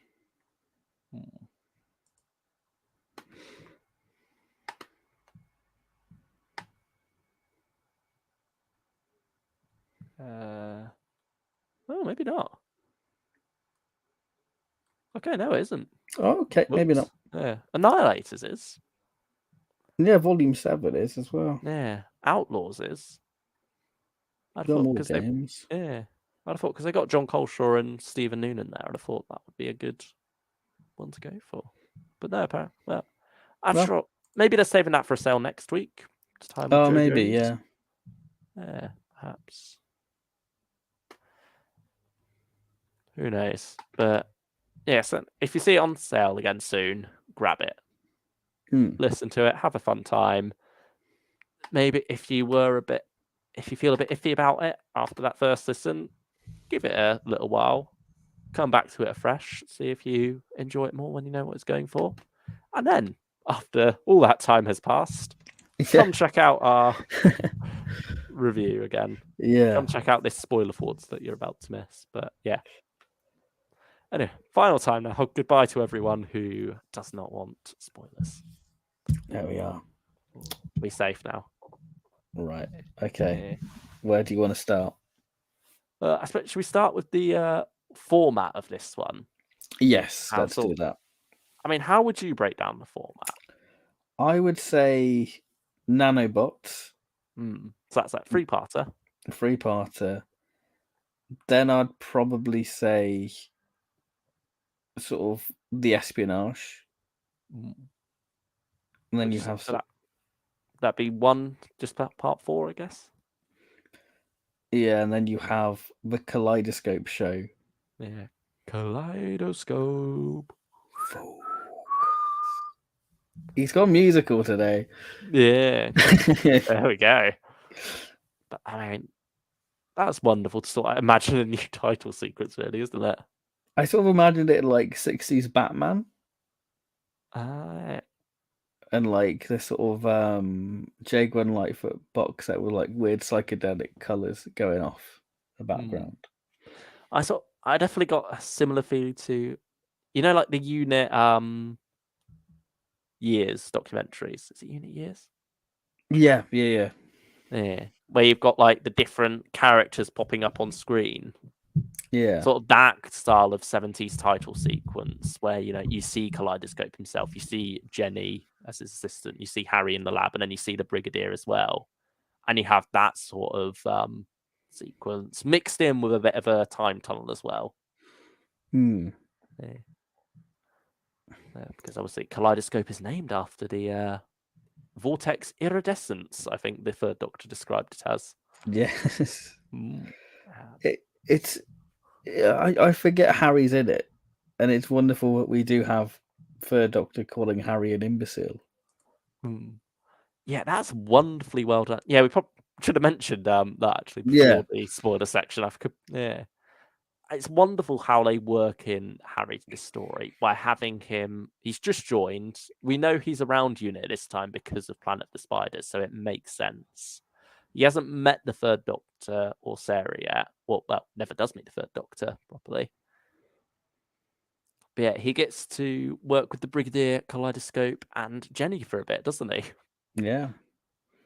And I mean, Christopher Naylor, a wonderful recast, does a great job as Harry. Really captures that old school, almost man out of time, even in the 70s, isn't he? Yes, you really do get that. Yeah, literally becomes more of a man out of time when you get to the Unit AWOL, Nemesis and some of Dr. AWOL stuff. Yeah, and it's great having him and the Brigadier interact. Yeah, they work very well. Kaleidoscope himself, he's very well played by what's his name from Garen Howell. Yeah, young Dracula himself. Yeah, he's giving it his all in this, and there's that wonderful innocence. Yeah, there's that naivety, isn't there? Wow. Yeah, I think it's his first radio job. He's done a very good job, especially because it's quite a demanding role. Like, he is one of the co-leads, really, isn't he? Well, yeah, he's the title of the box. Yeah. I love the Brigadier calling him Mr. Kaleidoscope. There's something very right about that, really. Everyone else is calling him Cal, and it's like Mr. Kaleidoscope. Briggs got time to say that. Yeah, there's that hilarious scene where because Kaleidoscope is a spy within Unit of sorts, but one that doesn't know he's a spy because he's a machine, as the third Doctor keeps yelling at the Brigadier through the screen. There's that great scene with Sokolov and his lieutenant, where they're watching as Kaleidoscope starts making out with Jenny Nettles, and she's just there like, it's wonderful how it works with audio, because Yeah. you have a character describing what's going on a screen, but it feels right because it's playing it for the laughs. You've got like, he is now embracing her, he is now kissing her, they are still kissing, General. It's just like I said, I laughed a lot more on second listen to this one, and God, It's a it's story that such fun. doesn't take itself too seriously, is it? Really? Yeah, and I mean, maybe that was my problem going in first time. Maybe I was taking it too seriously. I don't know. But you have wonderful sort of Claws of Axos callbacks at first, don't you? With those first 3 episodes, where you have the jets scrambling, the Phantoms going Yeah. after a unidentified flying object in airspace, and I think even the music is calling back to that. Yeah, you definitely get that. Yeah, it's like that dun dun dun dun dun dun dun dun dun dun dun dun dun dun from Claws of Axos as they're all rushing to the control room. Yeah. But I think the story really comes alive once you get past that plot thread. Yeah, I think problem on first listen with that plot thread is you're trying to work out how it ties into Cal himself, when it doesn't at all. It's just a separate invasion going on, and I mean, it makes sense why, with all the invasions that units seem to face during this time, or all the incidents rather, because some of this isn't invasions. Why should 2 things not happen at once? Why shouldn't Lynx be going around nicking scientists while Unit is dealing with the dinosaur incident? It's stuff like, it's usually just there because stories need to be separate Yeah. to be told coherently. But for this, it ends up working, having all these things crossing over. I think certainly first listen, it impacted my enjoyment a bit. But as we say, once you know what you're getting, when you're going into it again and realizing that, oh, these nanobots, the grid, I love that name for them, the grid. These nanobots have nothing to do with Kaleidoscope whatsoever. He's just happened to arrive at the time. And this is sort of setting him up as being Unit's new scientific advisor eventually. But yeah, it's great how that ends up playing out. Yeah. And I think also what impacts it a bit on first listen is you're feeling like we're at part 3 and this is already rocketing along. How exactly is this going to stretch out for the What next legs has it 6? got?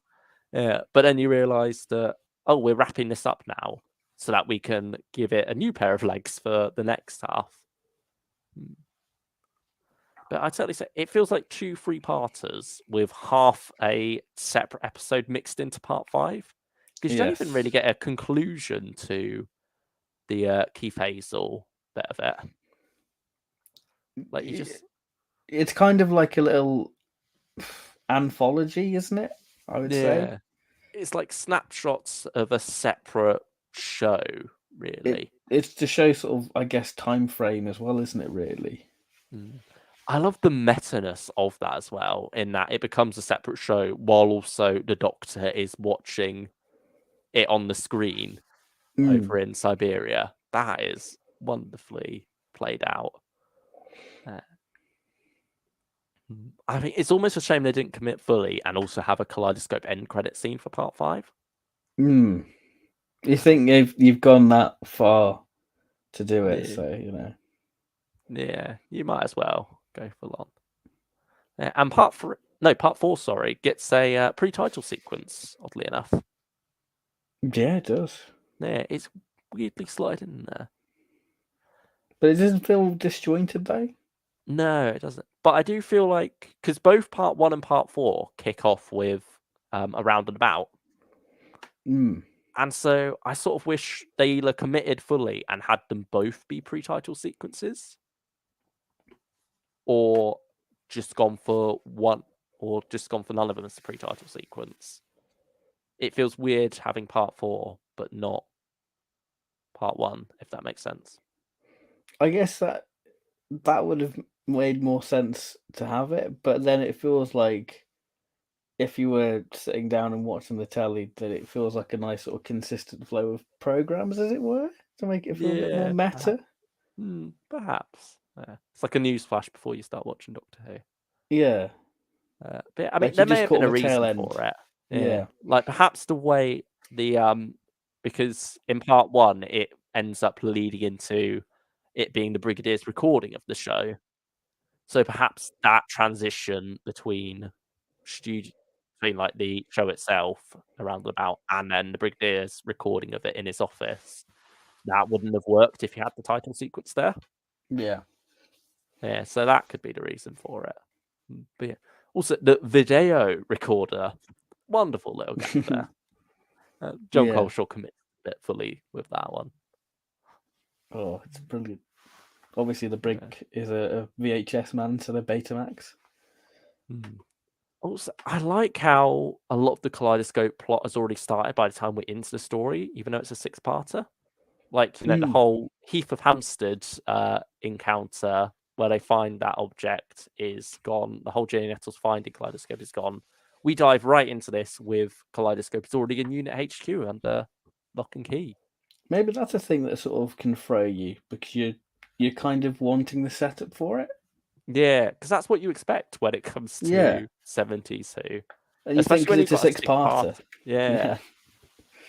But instead, it's more based around the setup for the nanobots subplot for a bit there. What do you make of Keith Hazel, babe? Well, man, I love it. Yeah. I think it's great that you have this sort of possessed musician by demons. Yeah, I love that. I think Yeah. it's such a great, We're great not doing thing. Stephen Noonan justice with those voices, but yeah, Like that's wonderful. it's such a wonderful performance bringing this. Yeah, you can imagine sort of like the Priory from Pyramids of Mars being used, and yeah, it's brilliant. I love it. I got a lot of chuckles from that because I was like, this just feels very 70s rocker. Yeah. Okay. Did you imagine him wearing glasses the whole time, like just proper shades? You know? Yeah, Yeah. I didn't imagine his eyes once. Maybe they're black because of the possession. Maybe that's also. just to So yeah, so hide the it. shaggy hair, everything. Yeah, you can see. Ozzy You can. Osbourne. Yeah, that's a real. He's only in it for a bit, isn't he? He's only in part 5, but he feels like such a larger than life character. You instantly just have a fun time with what's going on there, even for that short while. And then you got those interdimensional demons from Dimension 667. It reminded me very much of like a character, I think Danny from Withnail and I, which is kind of like a similar character in a way. I just got that sort of vibe off him, which is good stuff. I'll probably have to see that at some point because that's Paul McGann and Richard D. Grant, isn't it? It's such a good film. Such a good film because you never question Paul McGann's character's name. It's just I. And it's brilliant. Did you only get around to that one recently? Did you get the No. Steelbook or the? I got the 2K Blu-ray. I saw it back in like 2016, I think, or 2015. And I felt like I needed a copy of it, and I'm glad I do because it's one of the great films. Yeah. I mean, on quirky 60s/70s shows, this is we're going off on a tangent a bit from Kaleidoscope spoilers here, but yeah, I said last week about how I've been rewatching some Avengers episodes, and I watched one the other day that had John Pertwee in. Oh yeah, he plays like And the that, colonel, doesn't he? yeah, And he gets Brigadier killed. actually. Oh, Brigadier, yeah. Yeah, And he gets and killed quite quickly, doesn't he? yeah, but it's a lot of fun seeing him show up in a different show. Yeah. I know. The one I watched most recently had quite a few familiar Doctor Who faces in. I mean, this is the curse of being a Doctor Who fan, isn't it? You watch other British shows and you're just pointing out all the characters. And Doctor Who sometimes you're people. going, sometimes it's a minor role, and you're wondering, where do I know him from or her from? I know it's just Uh, Doctor Who. yeah, yeah. I watched one called The Girl from Auntie, which has what's her name from Seeds of Doom in it. Oh, the artist? Yeah, I can't remember the Madame character's name. Descartes. Yeah, oh Descartes, yeah, isn't it? yeah. Yeah, the actress who plays her plays a character in that alongside Bernard Cribbins, a young Bernard Cribbins as Oh, well, like running a knitting club. there we go. And also a more obscure one that I did have to look up because I was like, I know him from somewhere. Playing a Russian character, actually. Oh, okay, we're still on Kaleidoscope. Yeah. But he was one of Marvik Chen's like lieutenants in Dalek's Master Plan. There goes Stage One. I watched the surviving episodes. There we go. He, the bold people. Yes, He was yes, like yes, the main yes. one who says, the highest next to yours. So it's funny just seeing these familiar faces going, I know him somewhere. But yeah, I've been having a lot of fun going back to the Avengers, and that sort of has a quirky feel at times, similar to Kaleidoscope. So back to this. How do you feel about the ending? I just put it down to stylistic choices. Yeah, it didn't bother me as much the second time around, knowing it was coming. Yeah.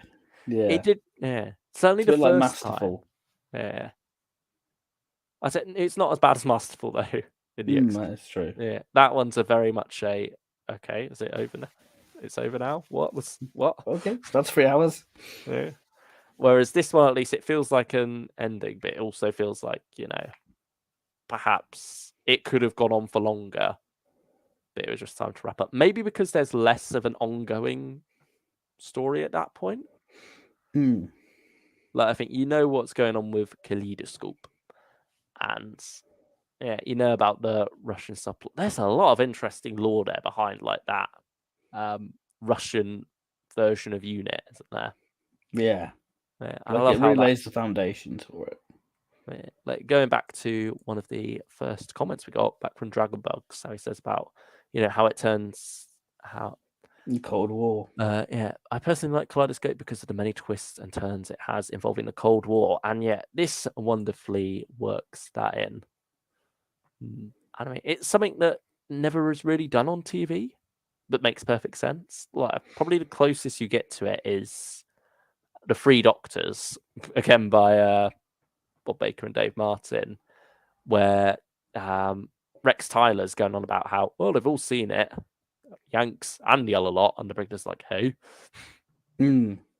That's probably the closest you get to a reference to, or no, to be fair, Invasion of the Dinosaurs, you also have Cold War stuff, but that's just more general Cold War stuff rather than Russian directly. Yeah. But it's wonderful how it works that in here, and it feels right, and certainly Sokolov feels like a fitting villain for this story. And I think, again, even though he comes in part 5, you get a good feel for him. Yeah. You can see that there's a shift there, and there's some sort of... There's a cold brutality to him. Yeah. It's, he has that likability of a villain as well, doesn't he? Where you're sort There's of that charmed charm. by them. Yeah, but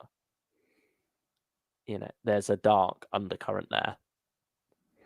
Particularly in the not quite torture scene with Sarah, but the one. Yeah. Yeah, the weapons testing scene. Yeah. I mean, he gets quite a messy end. Yeah, it does. Turned into a puddle.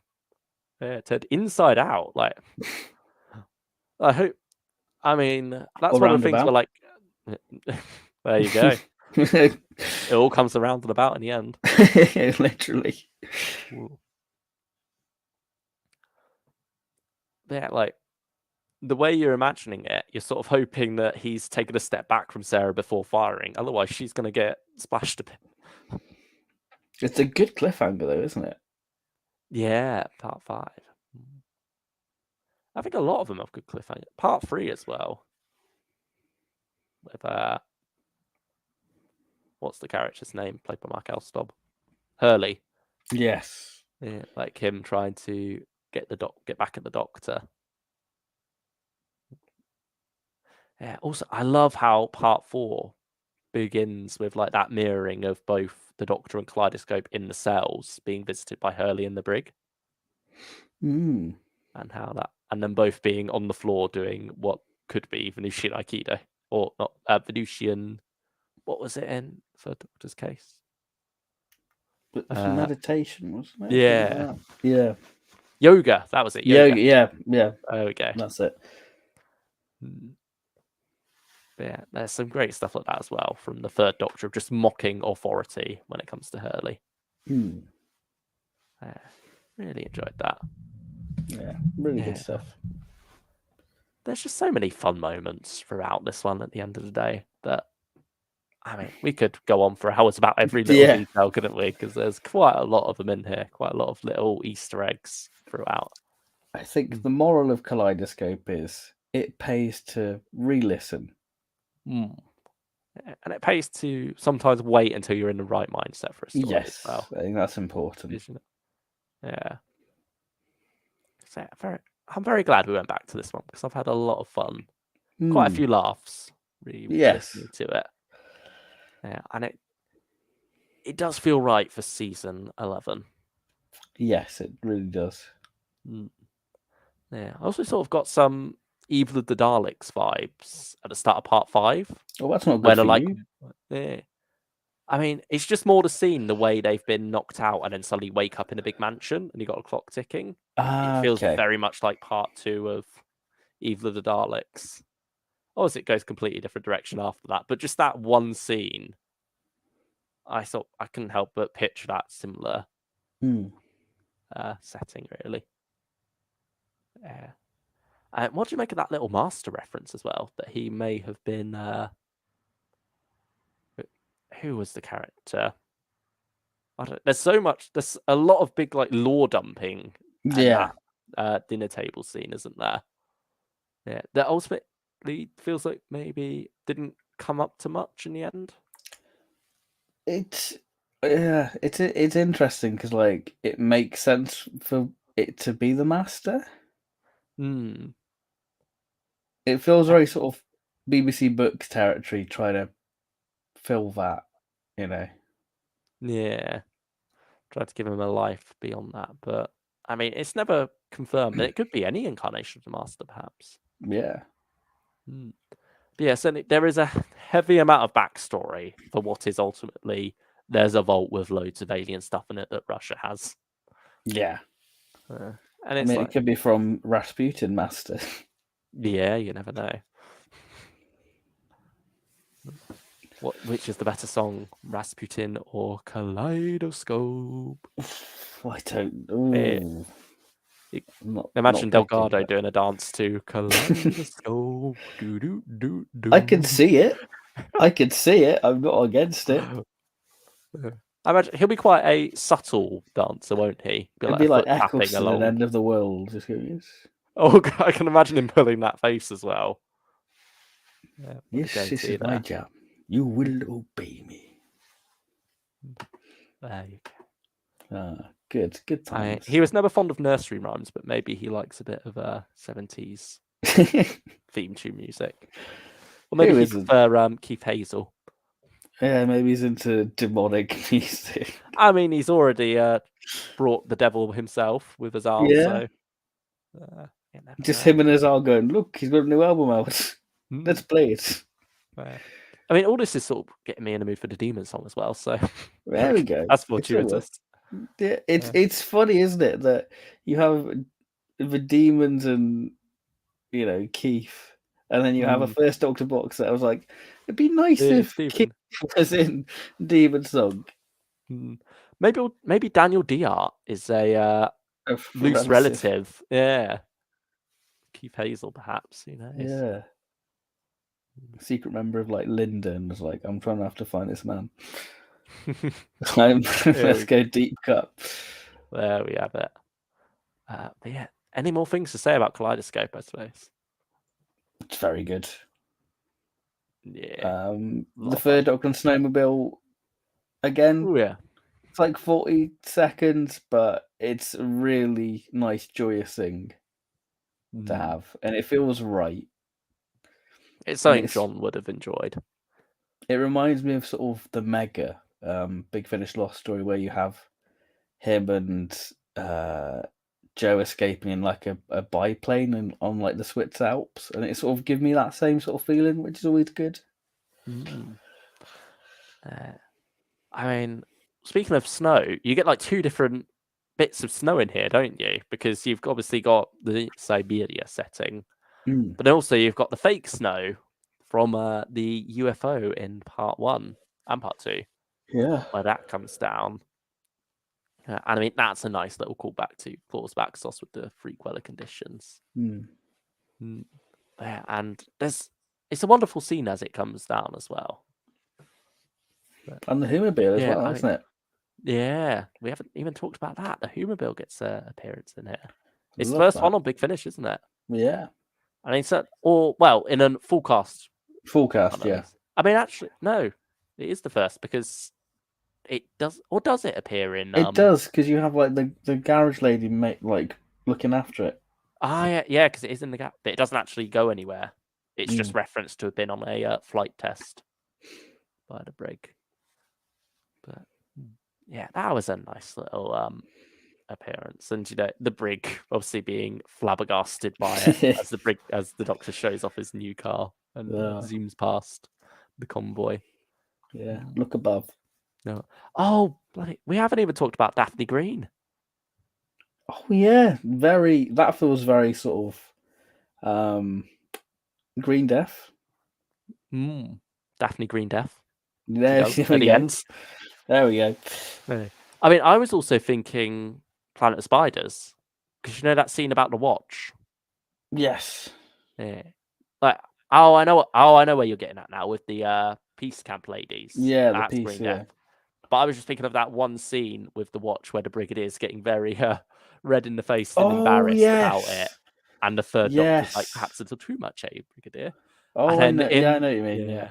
And then in this, you've got that hilarious scene where the Third Doctor's taking a sip from his tea, and she's like, "Oh, maybe we were a little bit more, even though I was married," and he just coughs into it. Brig, forget about Doris. You got a Russian spy if you instead. Russia with love. Yeah. But yeah, I loved that whole peace camp angle as well. That was brilliant. Because there's actually a old airbase quite near where I live, Greenham, that was where they filmed Force Awakens, actually.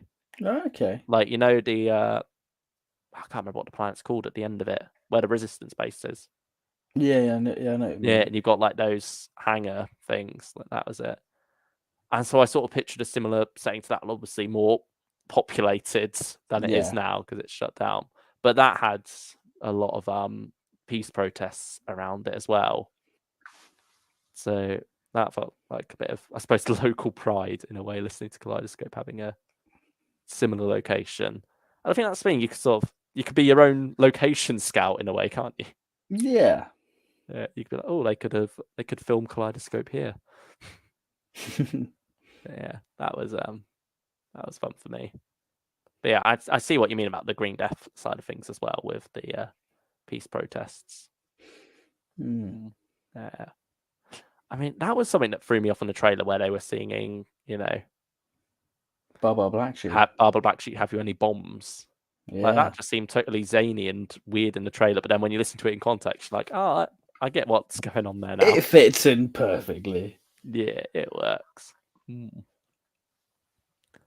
yeah, So much fun, and there's probably something else that we've forgotten to talk about, but I think that is it. Kaleidoscope, 8 out of 10, second tier from top on the tier list. Good stuff. Yeah, definitely worth your time. I mean, stylish one. If you are still around, favorite short trip for each Doctor. We can do Have I that listened to many? quickly. Yeah. I mean, I'm not even sure I've listened to one for every Doctor. No, I don't think I have either, to be honest.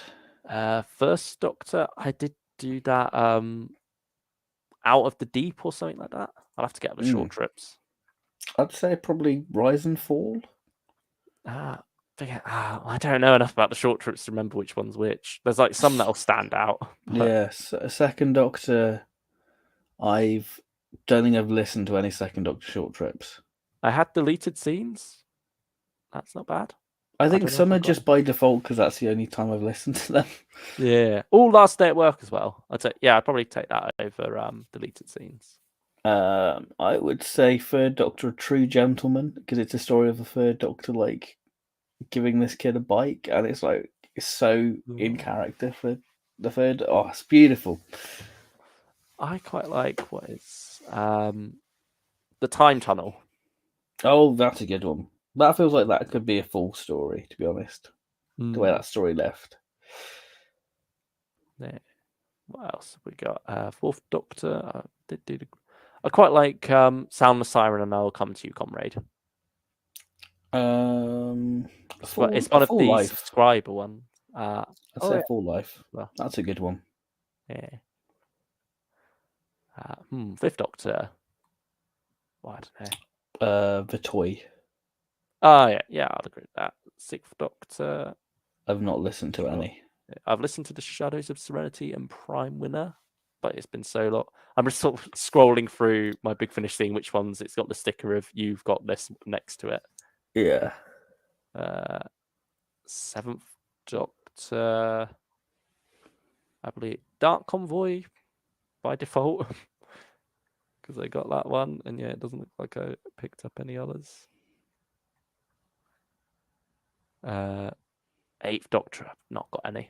I'd probably say again, this is by default. Museum Piece. Ninth Doctor, not got any. 10th Doctor, I'd say Jagon Lightfoot Revival. Oh yeah, that's true.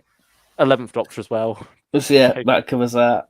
Yeah, and I suppose maybe Regeneration Impossible as well for 11th and 12th. Yeah. Yeah, there we go. That is probably not quite what you were hoping for there, stylish one. But short trips is kind of a weird range there. You dip in and out, to be honest. Yeah. Or at least it used to be when you could just throw like one onto your order just to bump it up a little bit. Whereas now it's all a collection. And I mean, there's some that are interesting, like AWOL from Volume 12 interests me, but I don't want to pick up the full set just for one or two stories.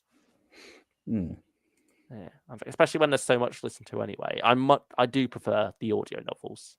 Be able to get lost in a longer story. With short trips, it's all, you take it or leave it most of the time. Yeah.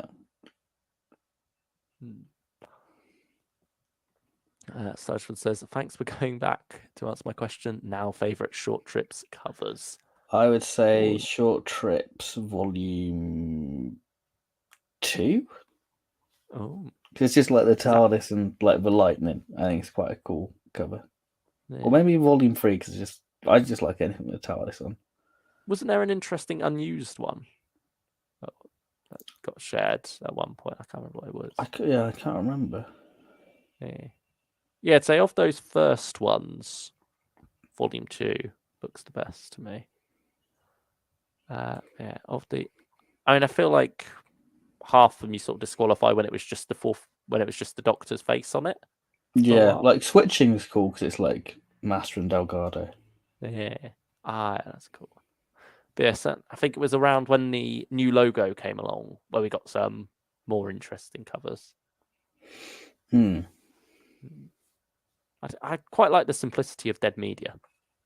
Yeah, that is a nice one. Deleted Scenes. I love that cover.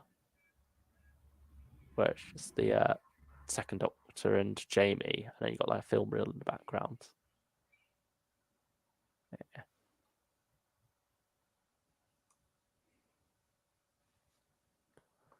Yeah, that's probably it for that one. This is one for you, Ben. Which do you prefer overall, the 12th Doctor Chronicles or the 11th Doctor Chronicles? From start this one. Oh, it's difficult because 11th Doctor Chronicles have gone beyond Chronicles now, haven't they? Yeah, I suppose that. I mean, same with 12. Yeah, with time, I'd probably say 11th Doctor because it's probably got more going for it at the minute. Yeah, so I'll say 11th Doctor. What's your thoughts on Nick Briggs' comments about a 12th Doctor set? Yeah, in the podcast, he mentioned that. I mean, we know there's meant to be a 10th Doctor one as well, so maybe you just got confused between 10th and 12th, or maybe there is a 12th Doctor one coming as well. We'll wait and see. Yeah. I mean, yeah, I wonder if that'll be Jacob Dudman or not. But yeah, it seems like from their comments, it's more that they're not resting the Doctor Chronicles after this next lot, but just sort of taking a break until it's time to go back to it. The Doctors are actually coming. Yeah, I mean, They've one got of his Matt comments. Smith. Yeah, I mean, I think someone asked, "What are your hopes for it?" And Nick Briggs said, "For Matt Smith and Peter Capaldi to come on board." Really, so yeah, certainly they are more there as just a placeholder Stopgap. Yeah, until the. Yeah, I don't like Christopher Eccleston's on board fully now. We're not going to be getting any more Ninth Doctor Chronicles, I don't think. So I just want, what unmade expanded media stories would you like to get audios of? Personally, I'd say 50-50, which would have ended with Hex and Lucy arcs very differently while crossing them over Civil War style. Oh yeah, that was going to be a thing, wasn't it? It was going to be like seventh. They were building up for a 7th Doctor versus 8th Doctor style of story. that would have been weird. I don't know. Yeah. I suppose you sort of get some recycling of that with Time of Victorious, perhaps. It's the closest we come otherwise. But I swear there's another multi-Doctor story where the 7th Doctor's playing off against another Doctor, but I can't remember. You know. Which of the 80s Doctors box sets this year are you most excited for? I think you can answer it for both of us. Yeah. I mean, it's definitely one of the 5th Doctor ones. Yeah, I'd agree there. I mean, Conflicts of Interest sort of has the edge at the moment because we know everything about that. Yeah. But In the Night has a 4-parter by Tim Foley. And we love Tim Foley. And we love the 5th Doctor, so I'm almost tempted to lean more towards In the Night, but Conflicts of Interest very much excites me as well. Yeah, I'd go In the Night.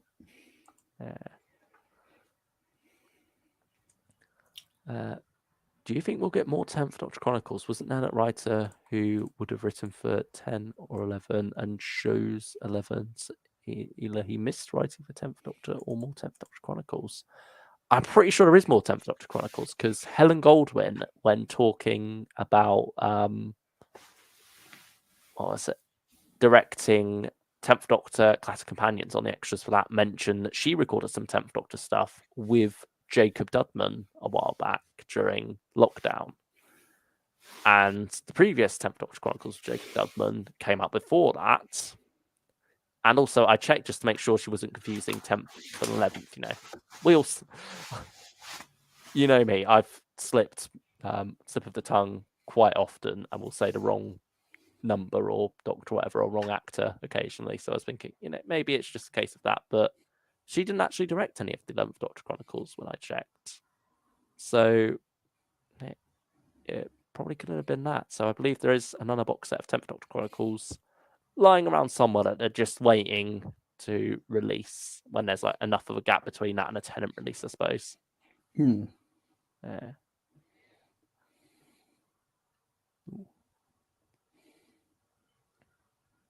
Ooh, I'm here. Welcome, Dragonbugs. Glad you could join us. Did you see my messages from before the stream started? Yes, we did. We read those out as well. Yeah, thank you for those. And we agreed with you about the Cold War aspects of Kaleidoscope. Great stuff. What comics from any publisher would you most like Big Finish to adapt from each Doctor? This is more your area of expertise. Okay. Doctor Doom for the 4th Doctor. Oh. I'd quite like World Shapers for Colin, because it'd be kind of cool to have that. Mm. And then 7th Doctor, maybe like Good Soldier, or like Nemesis of the Daleks, or Emperor of the Daleks, or something like that. I don't know. 8th Doctor, all of them. Might as well. It's McGann. I'm not going to say no to that. There's a bit of an ongoing story arc with them as well, isn't there? Yeah, so it makes sense to do them all. Yeah. 9th Doctor, probably the Cruel Sea. And then 10th Doctor, maybe the Widow's Curse, just to have like a rematch with the Sycorax. That'd be cool.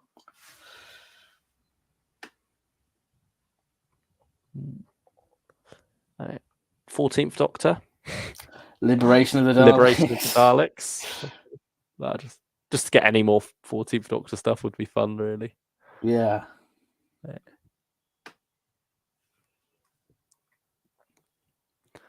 Favorite 5th Doctor story on TV? Asked Daniel Hager. The Visitation. Is it? Yeah. I'm not sure what mine would be. I mean, Case Mantrasani is probably the best, but I don't know if I'd go as far as to say it's my favorite.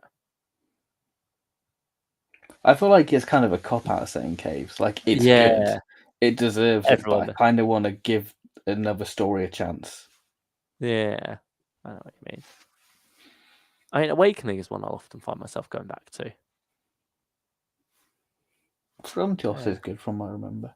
Yeah, that's a good one. I mean, 5 Doctors, again, feels like a cop-out because it's not the story. Earthshock again. I'm just going to stick with Visitation for me. Yeah.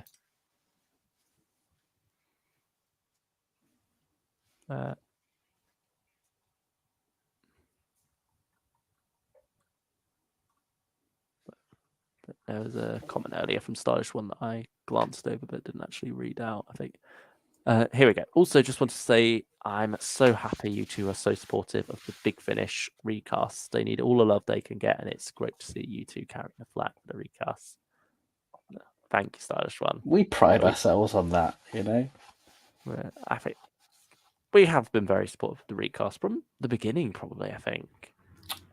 Yeah, because I mean, maybe...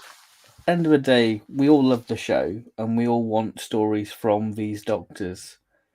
And it feels wrong for them just to fade away and not get any new stories. It's exciting that we can honour the legacy of the actors and continue the work they've done. Yeah, I think Big Finish have always been respectful of that. And ultimately, they're doing it for the love of stories, you know? Yeah. They're not out there to make a profit. They're not shallowly recasting people just so they can churn out more stories from a particular era that people love and make lots of money from it. They're doing it because they love these eras. They want to tell stories in these eras. They know we love them and want to hear stories in these eras. So it feels right. And if, recasts aren't your cup of tea, there's plenty of Big Finish out there without them. But you're just missing out on some really good stuff. And I mean, some great recasts as well. I think there's sometimes it takes a little bit longer for it to click, but I think Big Finish have always got it right when it comes to recasts. All right.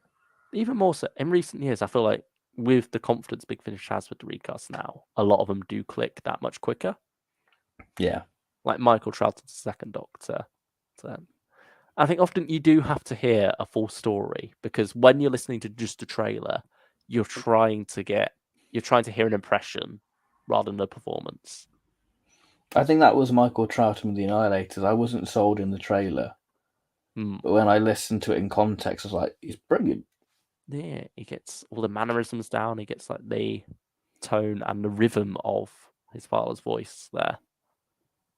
Yeah. And I think once you get into that rhythm of the recasts, that's when you hear the character. You're not listening for an exact replication of the original actor's voice. You're listening for the character. And you need to really be listening to a full story to get that. Yeah.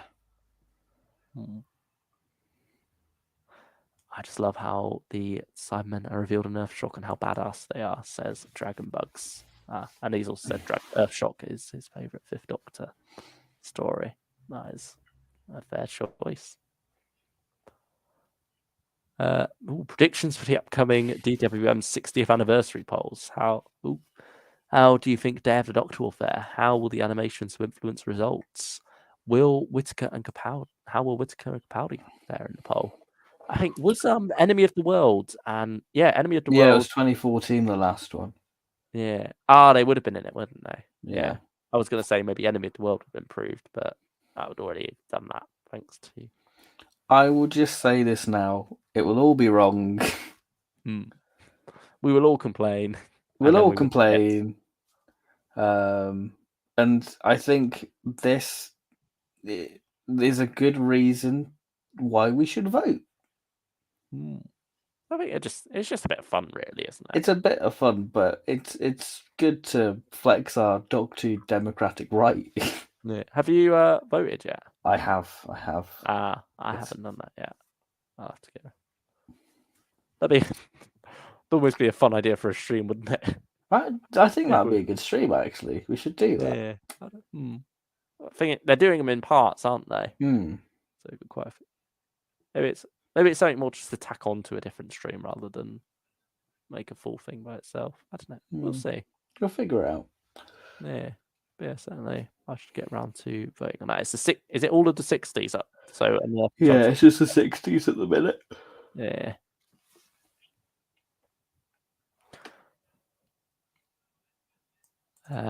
Hopes for every classic Doctor on Big Finish going forward, regardless of whether it's realistic, more what you want from each classic Doctor. I mean, first Doctor, we've already said more box sets a year, haven't we? Yeah, pretty much. I'd say some Ben and Polly stuff, perhaps. Yeah, with another recast Ben and Annika Wills back again alongside Stephen Noonan. How about you?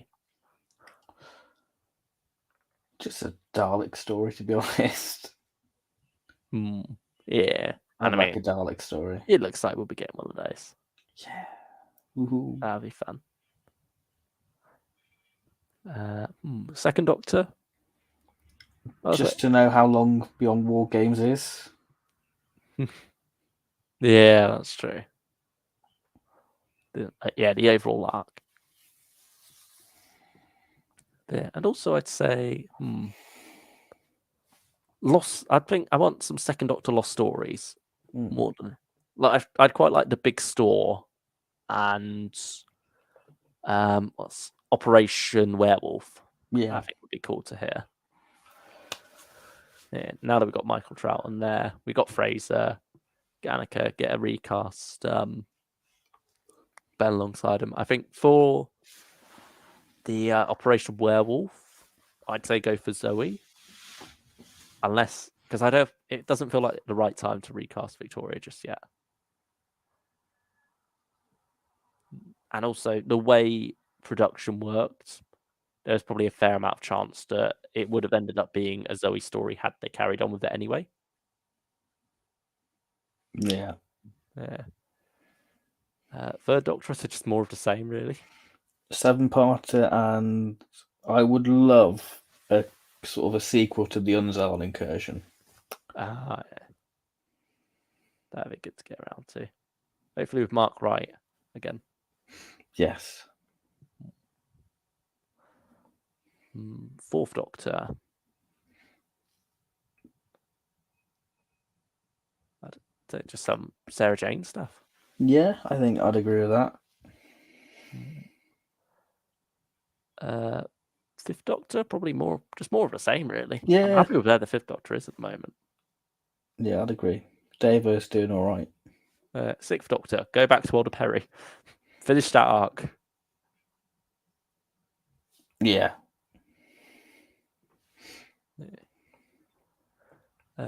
Seventh Doctor, I don't know, really. Actually, to know what the final days is. Yeah, that's one thing. Is it? Yeah, just some. It feels wrong to say better stories, but yeah, just. Yeah, I guess so. And then Eighth Doctor, just carry on what they're doing, really. Yeah. Give us another Lucy set. Yeah, why not? There we go. Yeah. There's probably some other things we want, but just can't think of at the moment. I'd say this for Eccleston: move away from the Companion of the Week format.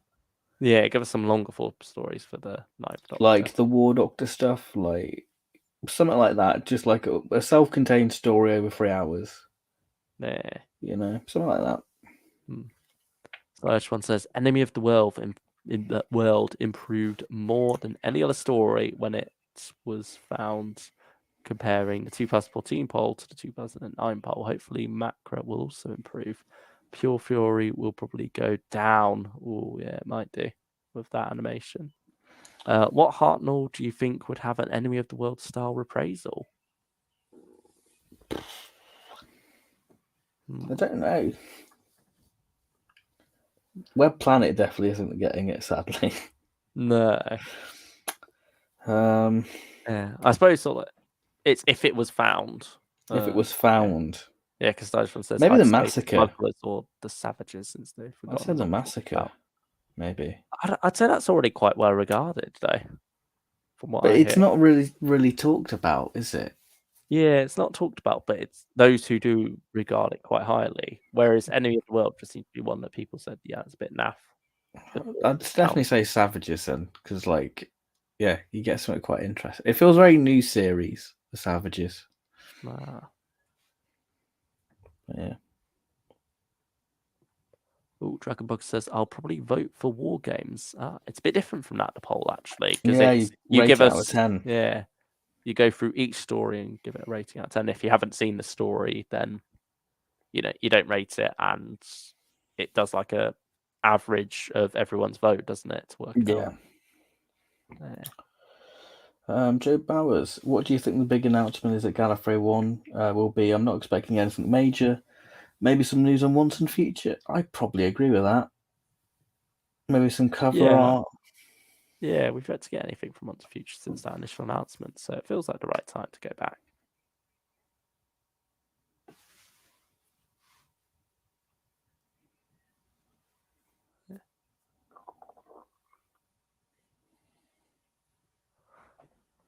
First one, I'll try and artificially inflate the score of Faceless Ones and artificially lower the invasion standing in the poll. How dare you?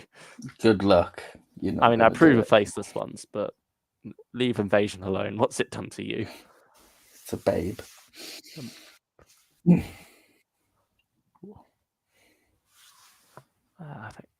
that us done for tonight? I think that pretty much is, to be honest. I think that's been a nice little stream. Yeah. Talking about Kaleidoscope. Maybe not so little. Not so little. But yeah, I think one thing I learned from this stream is that there is a power in re-listening to things and reappraising. Yeah. So worth going back if we have time. But yeah, sadly, often we don't. Because we're like, why have we got a stream now? Yeah. We've got Demon Song to get through. No, I've still got Ninth Doctor Adventures to finish, and then Third Doctor, and for 11th Doctor for you as well. It's coming on next week, so we're going to be busy little listeners. Busy bees listening. And I'm sure we'll be talking all things Big Finish on those streams, really. Talking all things Ninth Doctor, won't we? As we tier list Series 2. That's going to be a juicy one. That's all I'm going to Yeah. say. It's a juicy one. Oh, I know we've not touched it yet, but I can feel it's going to be a spicy one. I look forward to that. And hopefully everyone else does too who's watching. But yeah, speaking of, thank you all for watching. Thank you all for tuning in. Thank you for your questions and comments. Thank you, lurkers. We appreciate you. Yeah. And thank you again to Stephen Noonan for the shout out on the podcast. Oh, what a delight. What a delight. Oh, made my heart full of gratitude and love. Joe Bowers says, thanks, guys. Enjoy the Demon song. We will. Yeah. We will, indeed. Oh, and Stylish One has a good point here. Great review and stream. Thank you to Surely You Learn to Reappraise After the Black Hole. Yeah, that's true. That's true. But that was a meme at that point. Kaleidoscope hasn't got meme status. I feel like that's one where it was re-listening so long after, where we've changed quite a lot as well. Yeah, that's like 7 years difference to the people we were. Yeah. Whereas with Kaleidoscope, it's just a case of it probably needs multiple listens to work. So. Yeah. Will it be spicier than your infamous Dalek tier list? I doubt it. I don't think that can't be topped. No, I don't feel like there's any real like hot takes. It's just kind of, yeah. I mean, from what I've seen, there has been, a feeling of meh towards a lot of the Ninth Doctor adventures. I think the second run for sure. Yeah. But that's next week's chat. Yeah, we'll be going in depth with all our problems and some of our praises as well, because we do have them. There are stories that deserve the praise. Dragonbug says we'll be looking forward to it. Thank you, Dragonbugs. And then thank you. After that, I think it's going to be the Wednesday, 1st of March, isn't it? Yeah, 1st of March. The Demon song, because you've got a birthday on Friday. Yeah. The 3rd. Yeah, it's my silver nemesis. Oh, he's 2 weeks off. 2 weeks off. Yeah, so everyone else gets an early birthday present as we review the Demon song 2 days early. Yeah, and we have streams planned beyond that as well. And I'm sure a full schedule will come out again at some point, like we did for this month. Yeah, let us know if you like the schedule because we're trying to keep doing it. Yeah, people seem to appreciate that the first time around. So yeah, we'll let you know what's coming up in the month ahead. That'll probably be like a start of the month thing, won't it? Yeah, this is what's coming. Yeah, I think that's a good way to go about it. Sort of similar to how Big Finish have their what's the email at the start of the month saying what's coming out in the month. And I think now having release dates, it makes our lives a lot easier than putting pencil marks going, we could do that potentially. Yeah, a lot of the time it is sort of us juggling, wasn't it, last year? Going, okay, so this might be coming out at this time. So we can do that. And if it doesn't come out then, we can switch it around with this and do that one instead. But yeah, it was a lot of the time just whatever we were in the mood to stream. But now we're becoming professional, aren't we? Oh, I don't know. We're still the same, really. In some way, yeah. The Big Finish podcast has shouted us out. We've got to live up standards. To that. Yeah. No pressure. And also, I mean, I'm gonna give a shout out because this is. Oi! Shout out to your rearranging the Doctor Who figure collection video. Oh, thank you.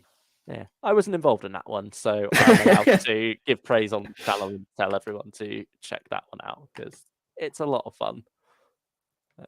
It's 2 days, so enjoy it. Yeah, and if you ever wondered how does he dust it all, he explains that there. He answers that question. The big age-old question there. Yeah, the one you've been running from all this time. 11 years. There we have it. There we are. So that was Kaleidoscope. That was Focus.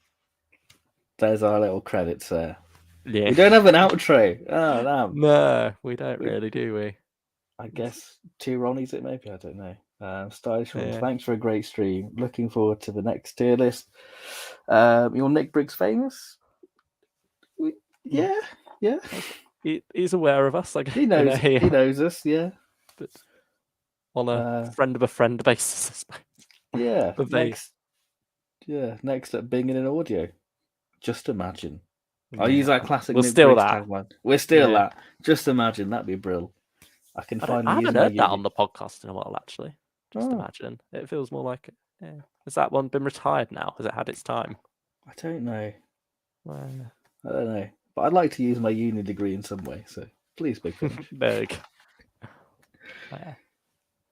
Yeah. Thank you again, everyone, for listening. Thank you. Yeah. And it's good night from me.